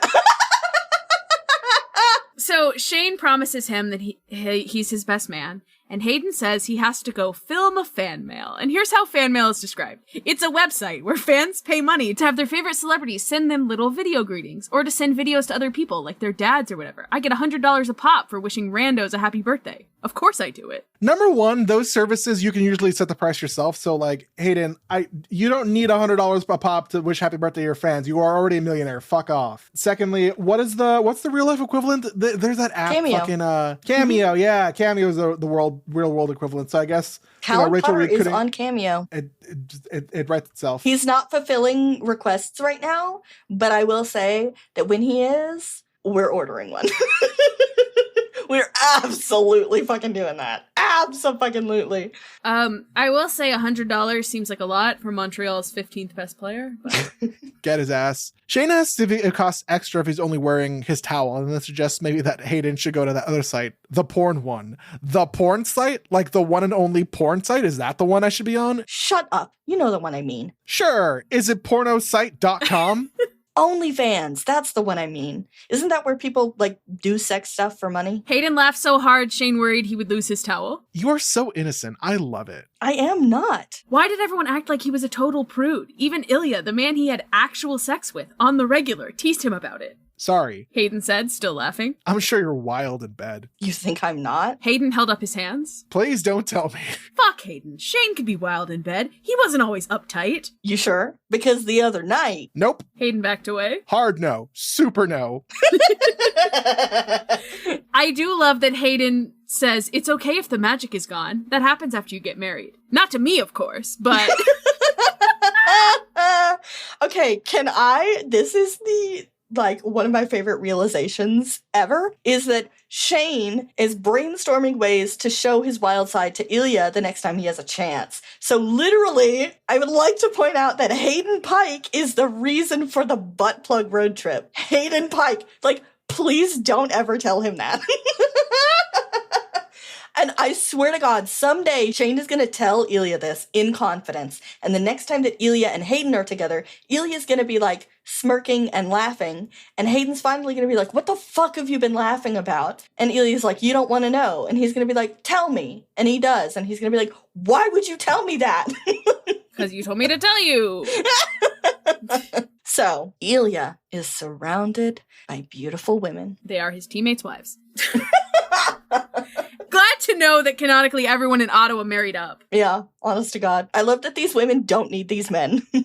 Ilya thinks his teammates are beautiful too, and everything is beautiful. And also he looks beautiful in the light of the disco lights. He's a little drunk and high. I'm like, Ilya Rozanov, we're smoking marijuana? Yo, we're a cool kid? Fuck yeah! And there is a distant, annoying voice in the back of his brain, a voice that sounded a lot like Shane Hollander's, suggested that he might not be setting the best example for the younger players at the moment as team captain. I love that Shane nags him even when he's not there. Also, that this does come back later in the book, is that, Ilya hears Shane nagging him in his head, and he even, talks to the nagging Shane later on in, a future chapter. And so I like that it's not, when he says nagging, he doesn't mean it in a bad way. He likes being nagged. He likes that someone cares enough to nag, you know? He loves his bitch wife, Shane. And so a louder voice says that he's having fun, and so is everyone else. And Ilya knows how to throw a great party. Also, everyone here is an adult. I mean, I think even Luca is old enough to legally drink, so Luca is not mentioned at all, is he? I think mentioned in the idea of comparing their ages, but I don't think Luca's at this party. Yeah, but he does mention the younger players, so I just kind of assumed that Luca was one of them. Probably. The rest of the younger players that don't have first names. I am so excited to get to talk about Ottawa now that we all actually get to meet them. I'm so excited. My close personal friends, the Ottawa Centaurs!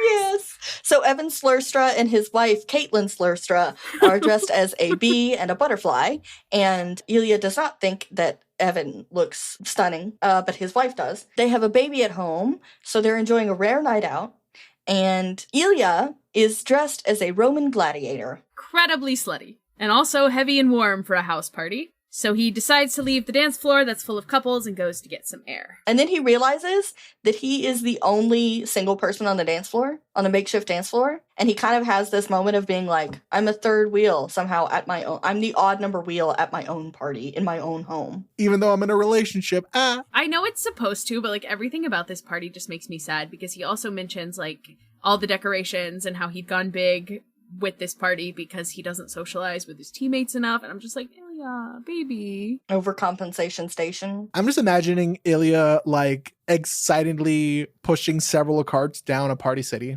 Mm-hmm. Or I guess, no, Party City's dead, so it would have to be Spirit Halloween. Oh, Ilya would love a Spirit Halloween. So Ilya goes outside and he finds a spot between Bood and Wyatt Hayes. Bood is dressed as a pirate. Wyatt is dressed up as a superhero that he doesn't recognize. They talk about how good the party is and how Ilya should throw more of them since he's got this big house and nobody ever comes over. And also the children are apparently amazed that they're in Ilya Rozanov's house. The children meaning the rookies and younger players on the team. Yeah. No one brought their kids to the party. Ilya says they're making him feel old, but he does kind of look at the young players and see them as kids. And this is also me anytime I see anyone under the age of 25. I'm like, you're a baby. During Ilya's little internal monologue here, he's like, there's less than a decade between me and Luca, but I feel so old. It's like, buddy, you're barely in your 30s. Calm the fuck down. You still have the rest of your life to go. He's not even in his 30s. He's 29. So Ilya puts his feet up in Wyatt's lap, which is fucking adorable. I love the fact that this is because that's not something Shane could do with the Voyagers at all. And so Ilya puts his feet up. Also, this is like so queer. Like, you can just tell that they'd be chill because like this is such queer behavior to just like be handsy with your friends, right? Like to just like the social weirdness of all of that is out the window. I do wonder how much of that is because of Harris, because Ilya has already seen that there's this openly gay man who works for the team.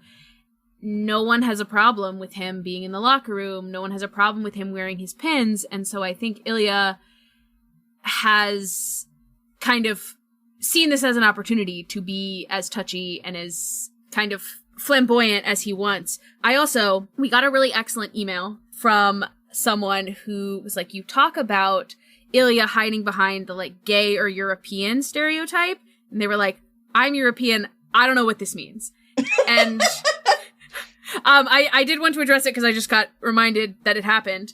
It was an email from Sophie.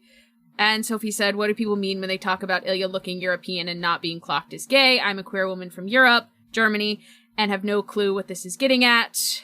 And it's like, is it the dress style? Do people in the US dress so differently to us? Yes. So I think I was first introduced to this idea from Legally Blonde, the musical. There is a song called There Right There. And essentially they're like looking at the witness in the trial and they're like, is he gay or is he just European? And I think in like the 2000s, 2010s, in like media, whenever you had a character who was European, they were typically like more flamboyant and they were dressed in a different way to like show everyone that this person was European. They're not American.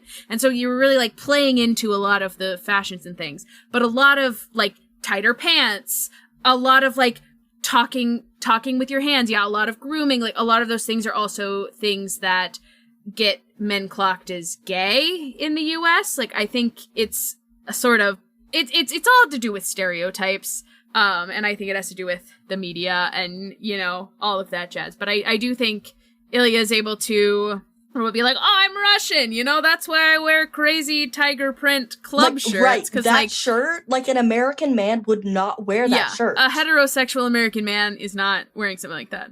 Like, look at Shane. Shane's in a white t-shirt in the club. Like, that's the heterosexual white man costume, you know? Right. And so he's put his feet in Wyatt's lap because his gladiator sandals are uncomfortable, and they're also passing around a joint. My dream blunt rotation, the Ottawa Centaurs.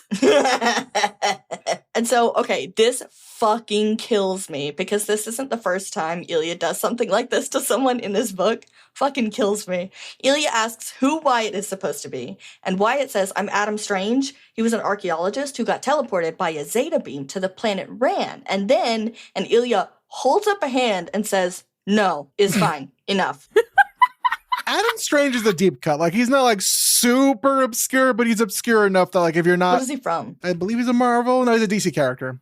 I was going to say, it sounds like Doctor Strange, but that's not... I never saw that, and I was Doctor Strange's name is Stephen. It's Stephen Strange. But, and also this is not his whole deal. So I was like, I feel like they made up a character that is supposed to be like Doctor Strange.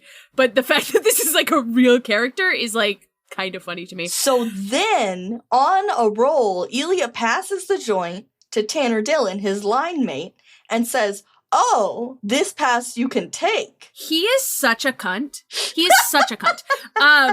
There's a fanfic. I'm going to recommend another fanfic. It is Grady versus Rozanov, I think is the name. It's by like Pickle Chips or something. It is also on the fanfic spreadsheet. And in it, Scott is like nervous about introducing Ilya to Kip, and they have like an interaction, and Kip is like, oh, this is just like a cunty queer man. Like, I have met this man everywhere. Like, he's just a cunt. I know how to deal with this. And I was like, yeah, that is true. Like, he's such a dick, and I love him so much. So Lisa Hayes, Wyatt's wife, walks up, and I love this, and she says, you're in my spot. And so Ilya moves his feet so that she can then sit in her husband's lap. And she is dressed as Wonder Woman, which is a superhero that he does know.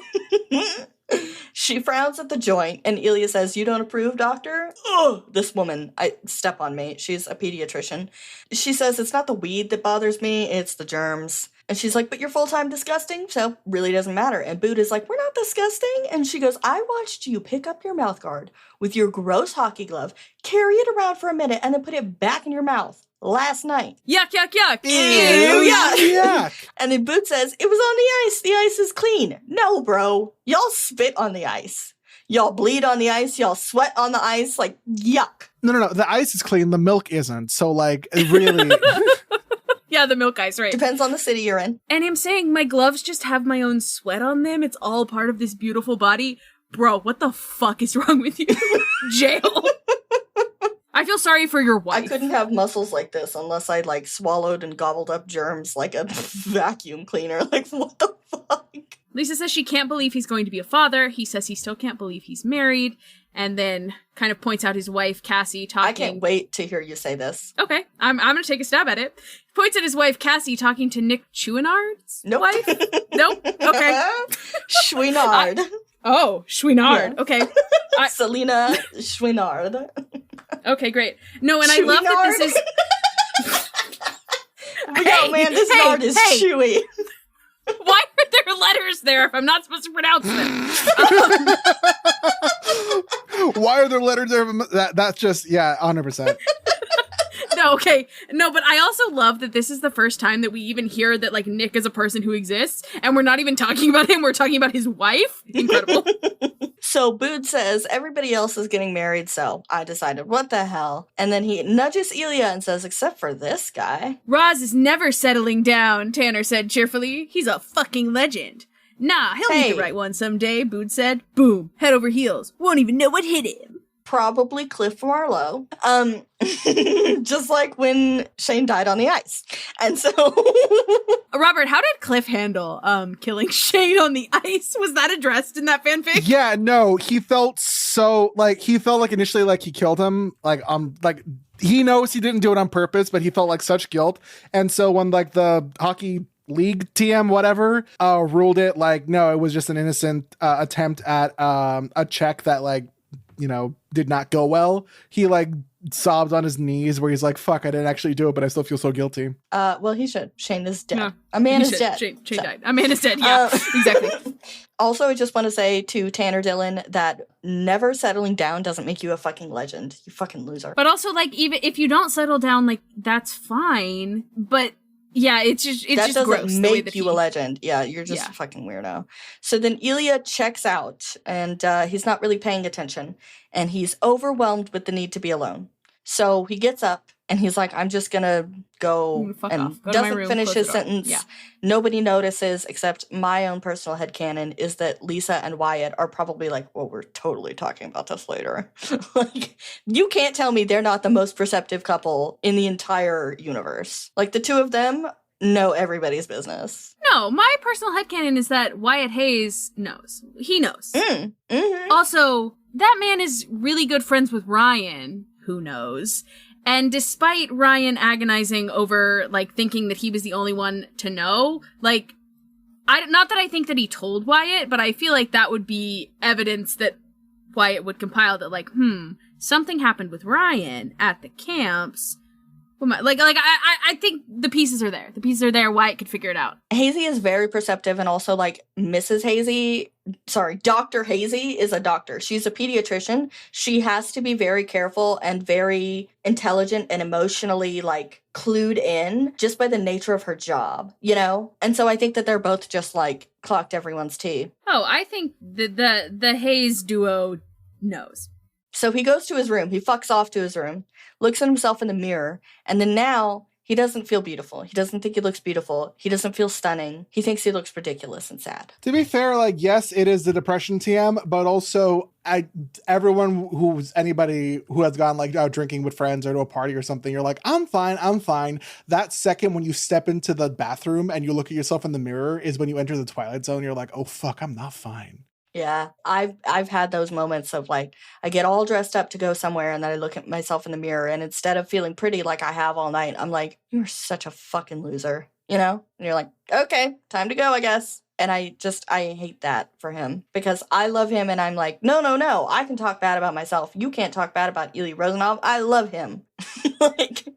And so he goes and he gets his phone off the charger next to his bed and there's a text from Shane and it says, don't take that costume off. And Ilya's like, okay. And then he texts and he says, how's your night? But then doesn't get any reply. Shane's a little preoccupied.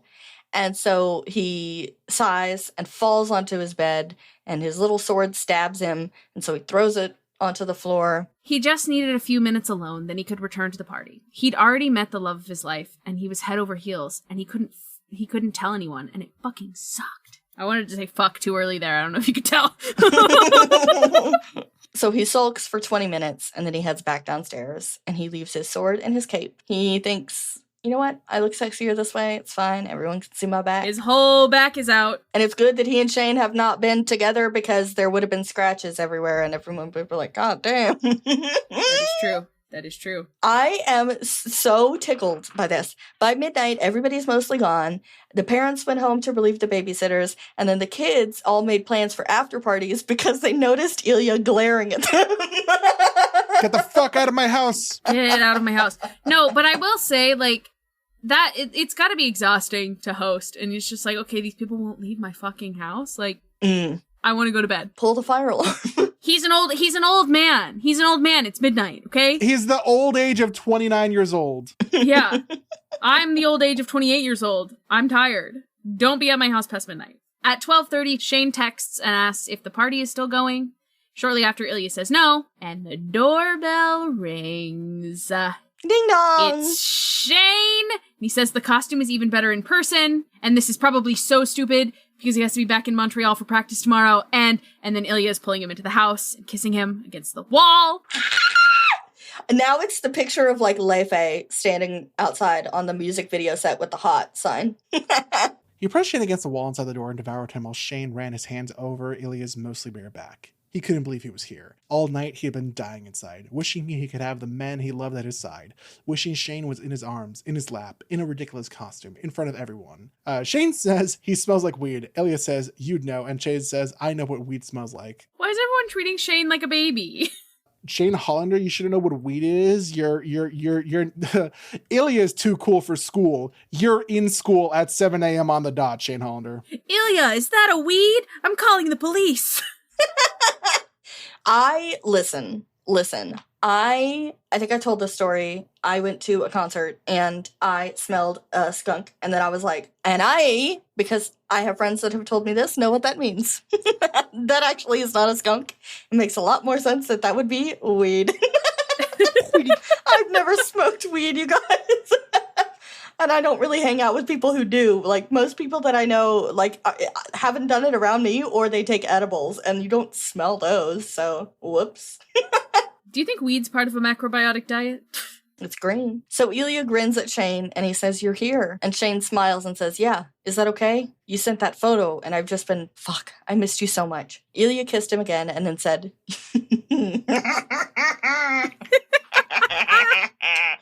you want to get fucked by a gladiator, Hollander?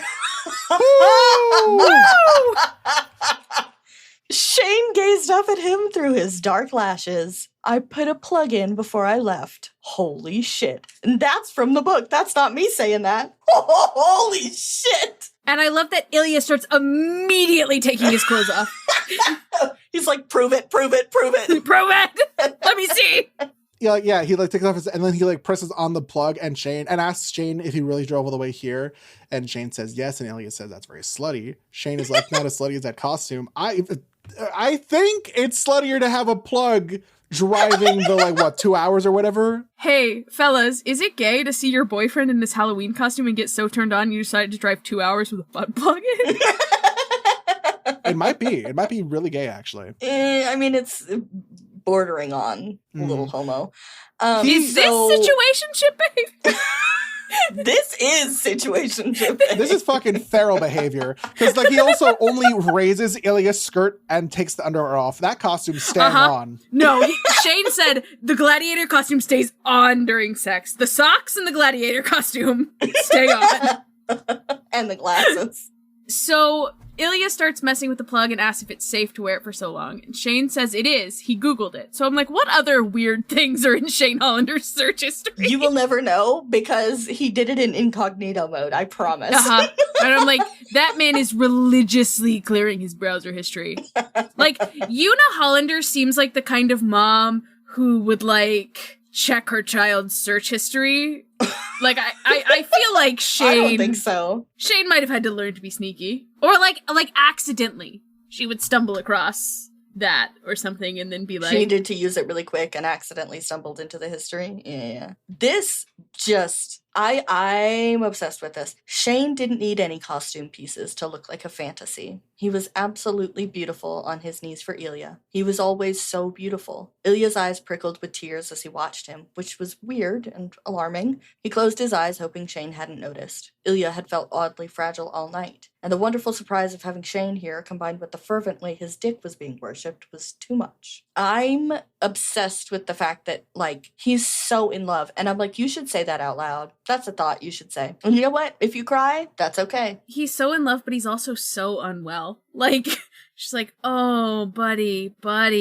Yeah. Shane looks like a fantasy, and he's always so beautiful. Tell him that, bro. Lover boy of all time, Ilya Rozanov. If you said those things to Shane more often, Shane might have the courage to come out. Well, I'm thinking about how last chapter Shane was like, wow, I'm always surprised when he, like, says these beautiful things to me. Like, I'm surprised at the depth of emotion he feels. And it's like, how? Fellas, is it gay to compliment the boy that you're fucking? Yeah.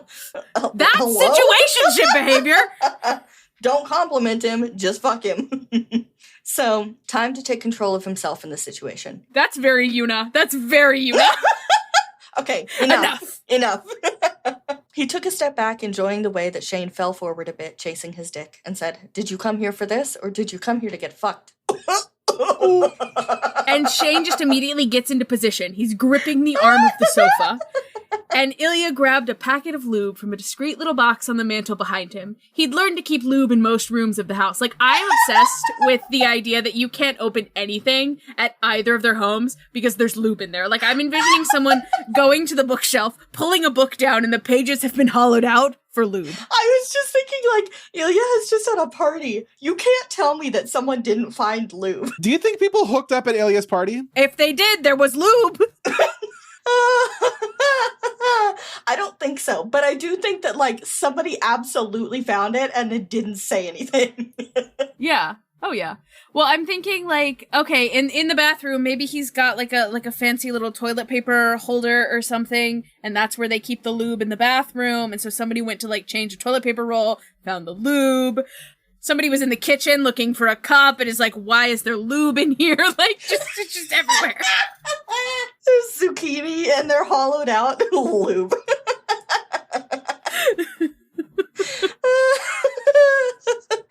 And Ilya asked Shane how he drove all this way without coming. And Shane says it was close, and then he had to pull over once and, readjust. Ilya's torturing this man. And I would say this is more dangerous than Ilya's driving. Yeah, he says, it's so dangerous driving in that condition. Irresponsible. And Shane says, fucking hurry up. My next note here is just, Ilya takes the plug out and replaces it with his dick. Thumbs up emoji. Shane gets unplugged and plugged again real quick. And so Ilya starts going at it so hard, the couch starts sliding across the floor. Good for them. And Shane wants to see Ilya. So Ilya flips him around. Shane Virgin Hollander says, harder. I want to feel this for days. What?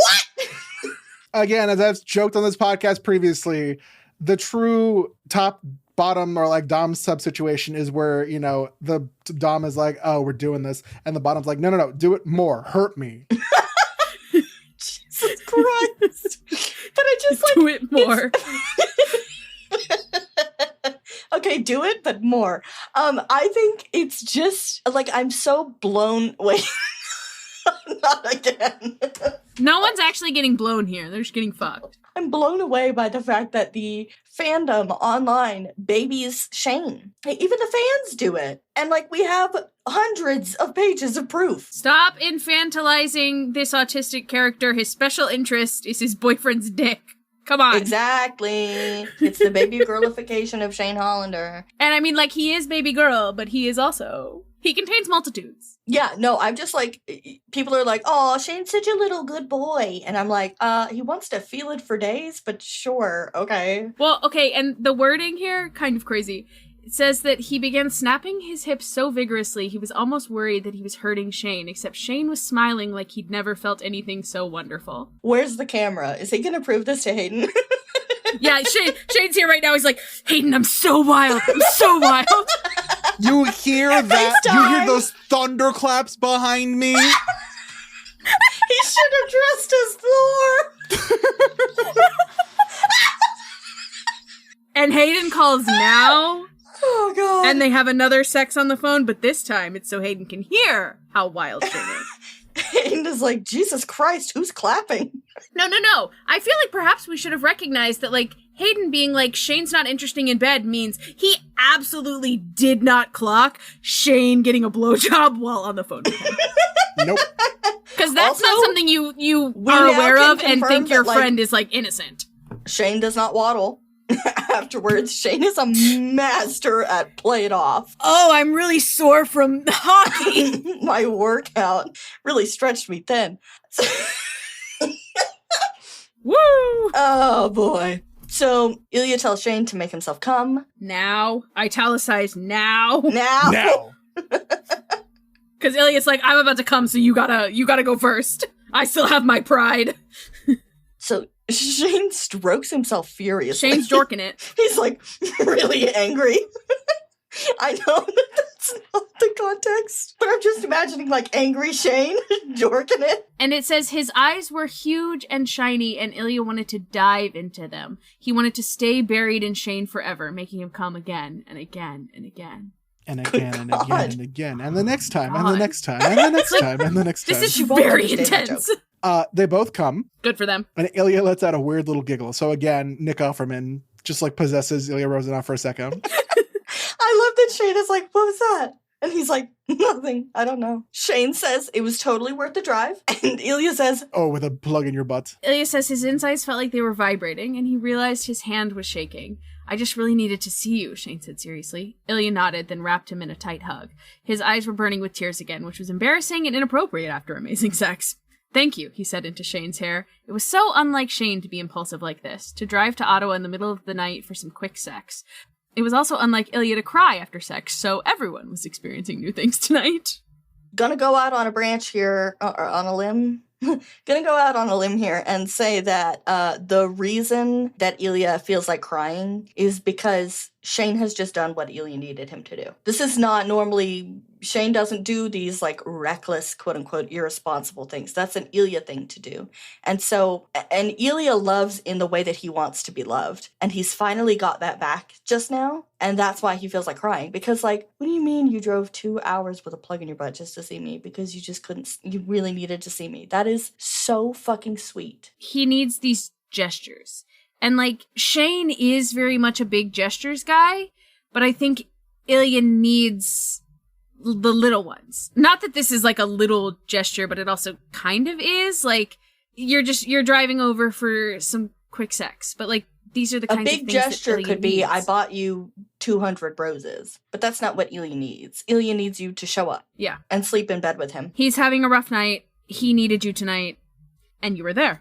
And I also just think that, like, yes, Shane showed up because he was horny, but also Shane says very seriously that he just needed to see Ilya. Again, Shane is not doing well either. Shane needed to see Ilya so much that he drove 2 hours in the middle of the night and, like, waited some distance away because it's, like, 15 minutes between him finding out that everyone's gone and... Oh, yeah, like, I was gonna say, like, there's a big thing that we're not, like, that we're up to now we weren't saying that, like, Shane arrived earlier and had to wait and had to, like, look and, like, scout and be like, is this a good time to do this? So, like, Yeah, he didn't even know that, like, you know, that whether or not Ilya would be like, I mean, listen, Ilya would always be up for it, but he didn't even know, like, if Ilya was, like, free or if he had gone to sleep or even like, oh, I'm exhausted from hosting a party, honk shoe. And he's still like, hey, I'm here. I'm kind of imagining Shane, like, driving up and down the street a couple times. Like, maybe when the party was still going, be like, nope, there's still cars. Nope, there's still cars. Nope, there's still cars. And Ilya's neighbors are like, there's this fucking Jeep that keeps driving up and down our street. Not the fucking Jeep. I think that I'm so endeared by Shane not talking himself out of it. I love that Shane didn't talk himself out of it because it's a very Shane thing to do, to talk yourself out of it. And so I'm very proud of him for not doing that. I mean, he could have made it halfway down and then turned around and gone home because, like, Ilya didn't know, so. But he is unfortunately really horny. I think the horny outweighed the scared of anyone seeing me in connection with Ilya ever. If he didn't already have the butt plug in, like, maybe he would have turned around, but you don't do all that and then not get fucked. Shane is like, we should get cleaned up. And Ilya says, shower, bed, morning sex. And Shane's like, I have to leave before 7. And Ilya says, skip practice. And Shane says, I can't. And Ilya's like, I know. Very early morning sex then. And then Shane quotes Gladiator, which I've never seen. He says, what we do in life echoes in eternity. Which actually, in the movie Gladiator, it is about early morning sex in that movie too. Really? Fun fact. No! No! Oh my god, no! I almost believed you, Jesus. It's like, Jesus Christ, No. what the fuck? Yeah, no, and Shane only knows this quote because Como has it tattooed on his arm. Red flag. Red flag. That's a white man. Like, what? My father loves the movie Gladiator. My brother is named Max partially because of the movie Gladiator. It is a very white man movie. It's a good movie. I cried. But like, listen. Sometimes white man movies are kind of good. Like, yeah. They do be having that budget. You know? However, to tattoo it on your arm, bruh, yikes. Like, okay, you're an athlete. Calm down. I also love that, you know, Shane talks about this tattoo and Ilya goes, of course he does. And Shane's like, you are in no position to be making fun of other people's tattoos. I also love that Shane quotes Gladiator and Ilya goes, nerd. literally, he's been like, no, don't tell me. I don't want to know. Yeah. Nerd. Don't miss me Shane's with that over here superhero like, bullshit. you're a fucking idiot. You're a dumbass. And then Ilya's over here like, no. Nerd. They're such bullies of why they're together. It's they're both assholes. Asshole for asshole. Jock for jock. Asshole for asshole. Freak for freak. Dick for asshole, one could say. Dick for dick. We got a doc.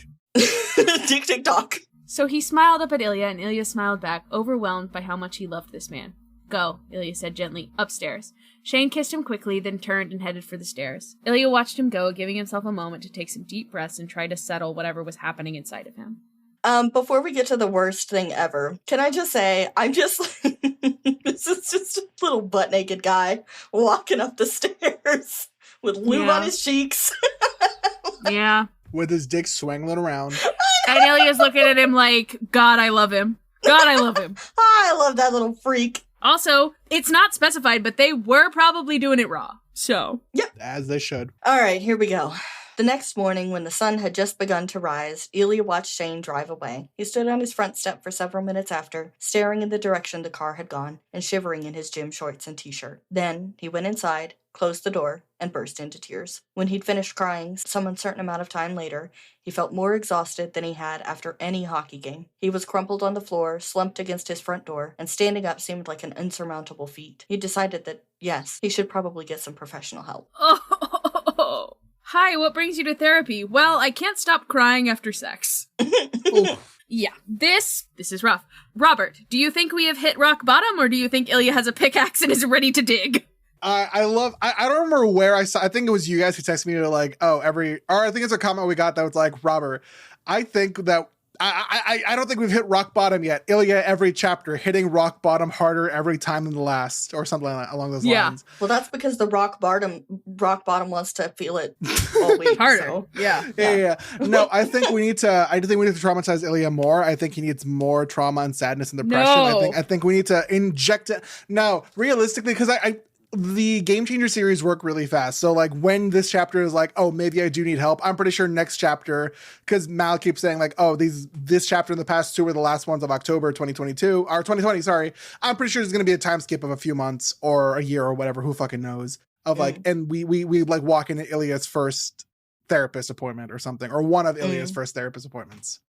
So I'm impressed because there were some saxophones in this chapter specifically, and I'm very interested in the fact that Robert did not hear them. I know. And so like when it happened, I was like, oh shit, nobody's hearing anything. Is this what I just texted you? Yes.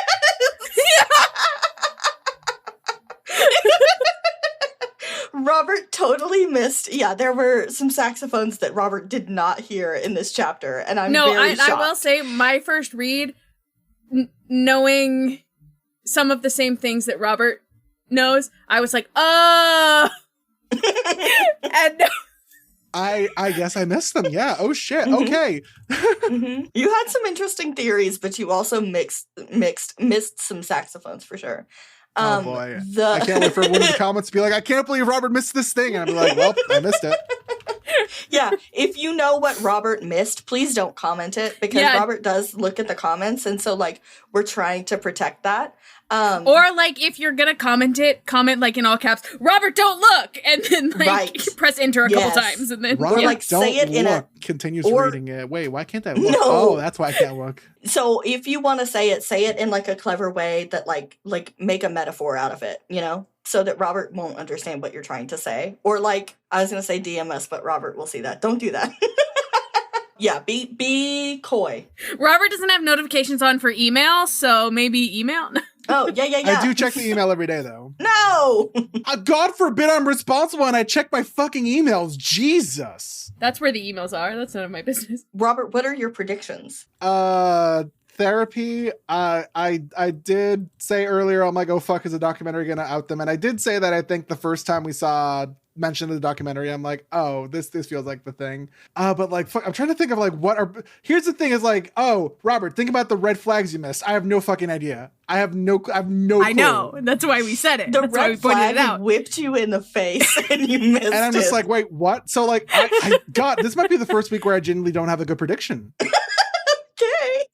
Yeah, crazy. I'm like, I heard the flag whipping. Robert couldn't hear it over all the fucking. The butt plug was too. Yeah, the butt plugs were in my ear. I couldn't hear. I will say, we have one more episode before we get to start Role Model, and I'm very excited. My close personal friend, Troy Barrett, is about to come home, and So, yeah, I'm just fucking devastated. Devastated. I can see it in my head. Robert. Really sad. For Ilya? What are you sad about? Yeah, for both of them. Yeah. Oh, yeah. I'm sad that Ilya just collapsed onto the floor and cried so hard that he doesn't have the strength to stand up. The thing is, even if I go back and I read these two chapters again, and I'm like, oh, is it this? You guys can't confirm it. Well, now, no, you're not allowed to reread the chapters, because then you're going to be looking for it. Yeah, that's true. That's true. Forget. Oh, also, I will say, because this will be coming out beforehand, if you will be in New York City for the Rachel Reid event, for the re-release, the special edition release of Heated Rivalry, the three September of us 29th. will be there September 29th. Woo! We will be there. We would love for you to send us a DM and say hi, and maybe we'll bring some stickers. Yay! I'm making a 24-hour trip to New York for this fucking event. New York, concrete jungle, wet dream tomato. Well, if that's all, so long, fellow losers. The Pit Crew podcast is created and produced by us, Robert, Mal, and Camille. This episode is edited by me. You can find us on Threads, Instagram, and YouTube at Pit Crew Podcast. If you feel so inclined, please consider supporting us by subscribing to our Patreon at patreon.com/Pit Crew Podcast. You can also find our merch at Pit Crew Shop on Etsy. Our art is by Rampacoca. He can be found on Instagram at Rampacoca. All patient questions and concerns can be emailed to pitcrewpodcast@gmail.com. This isn't a Taco Bell, but we do appreciate a 5-star rating and review wherever you get your podcasts. Be sure to schedule a follow-up appointment with a nurse before you go. See you next time.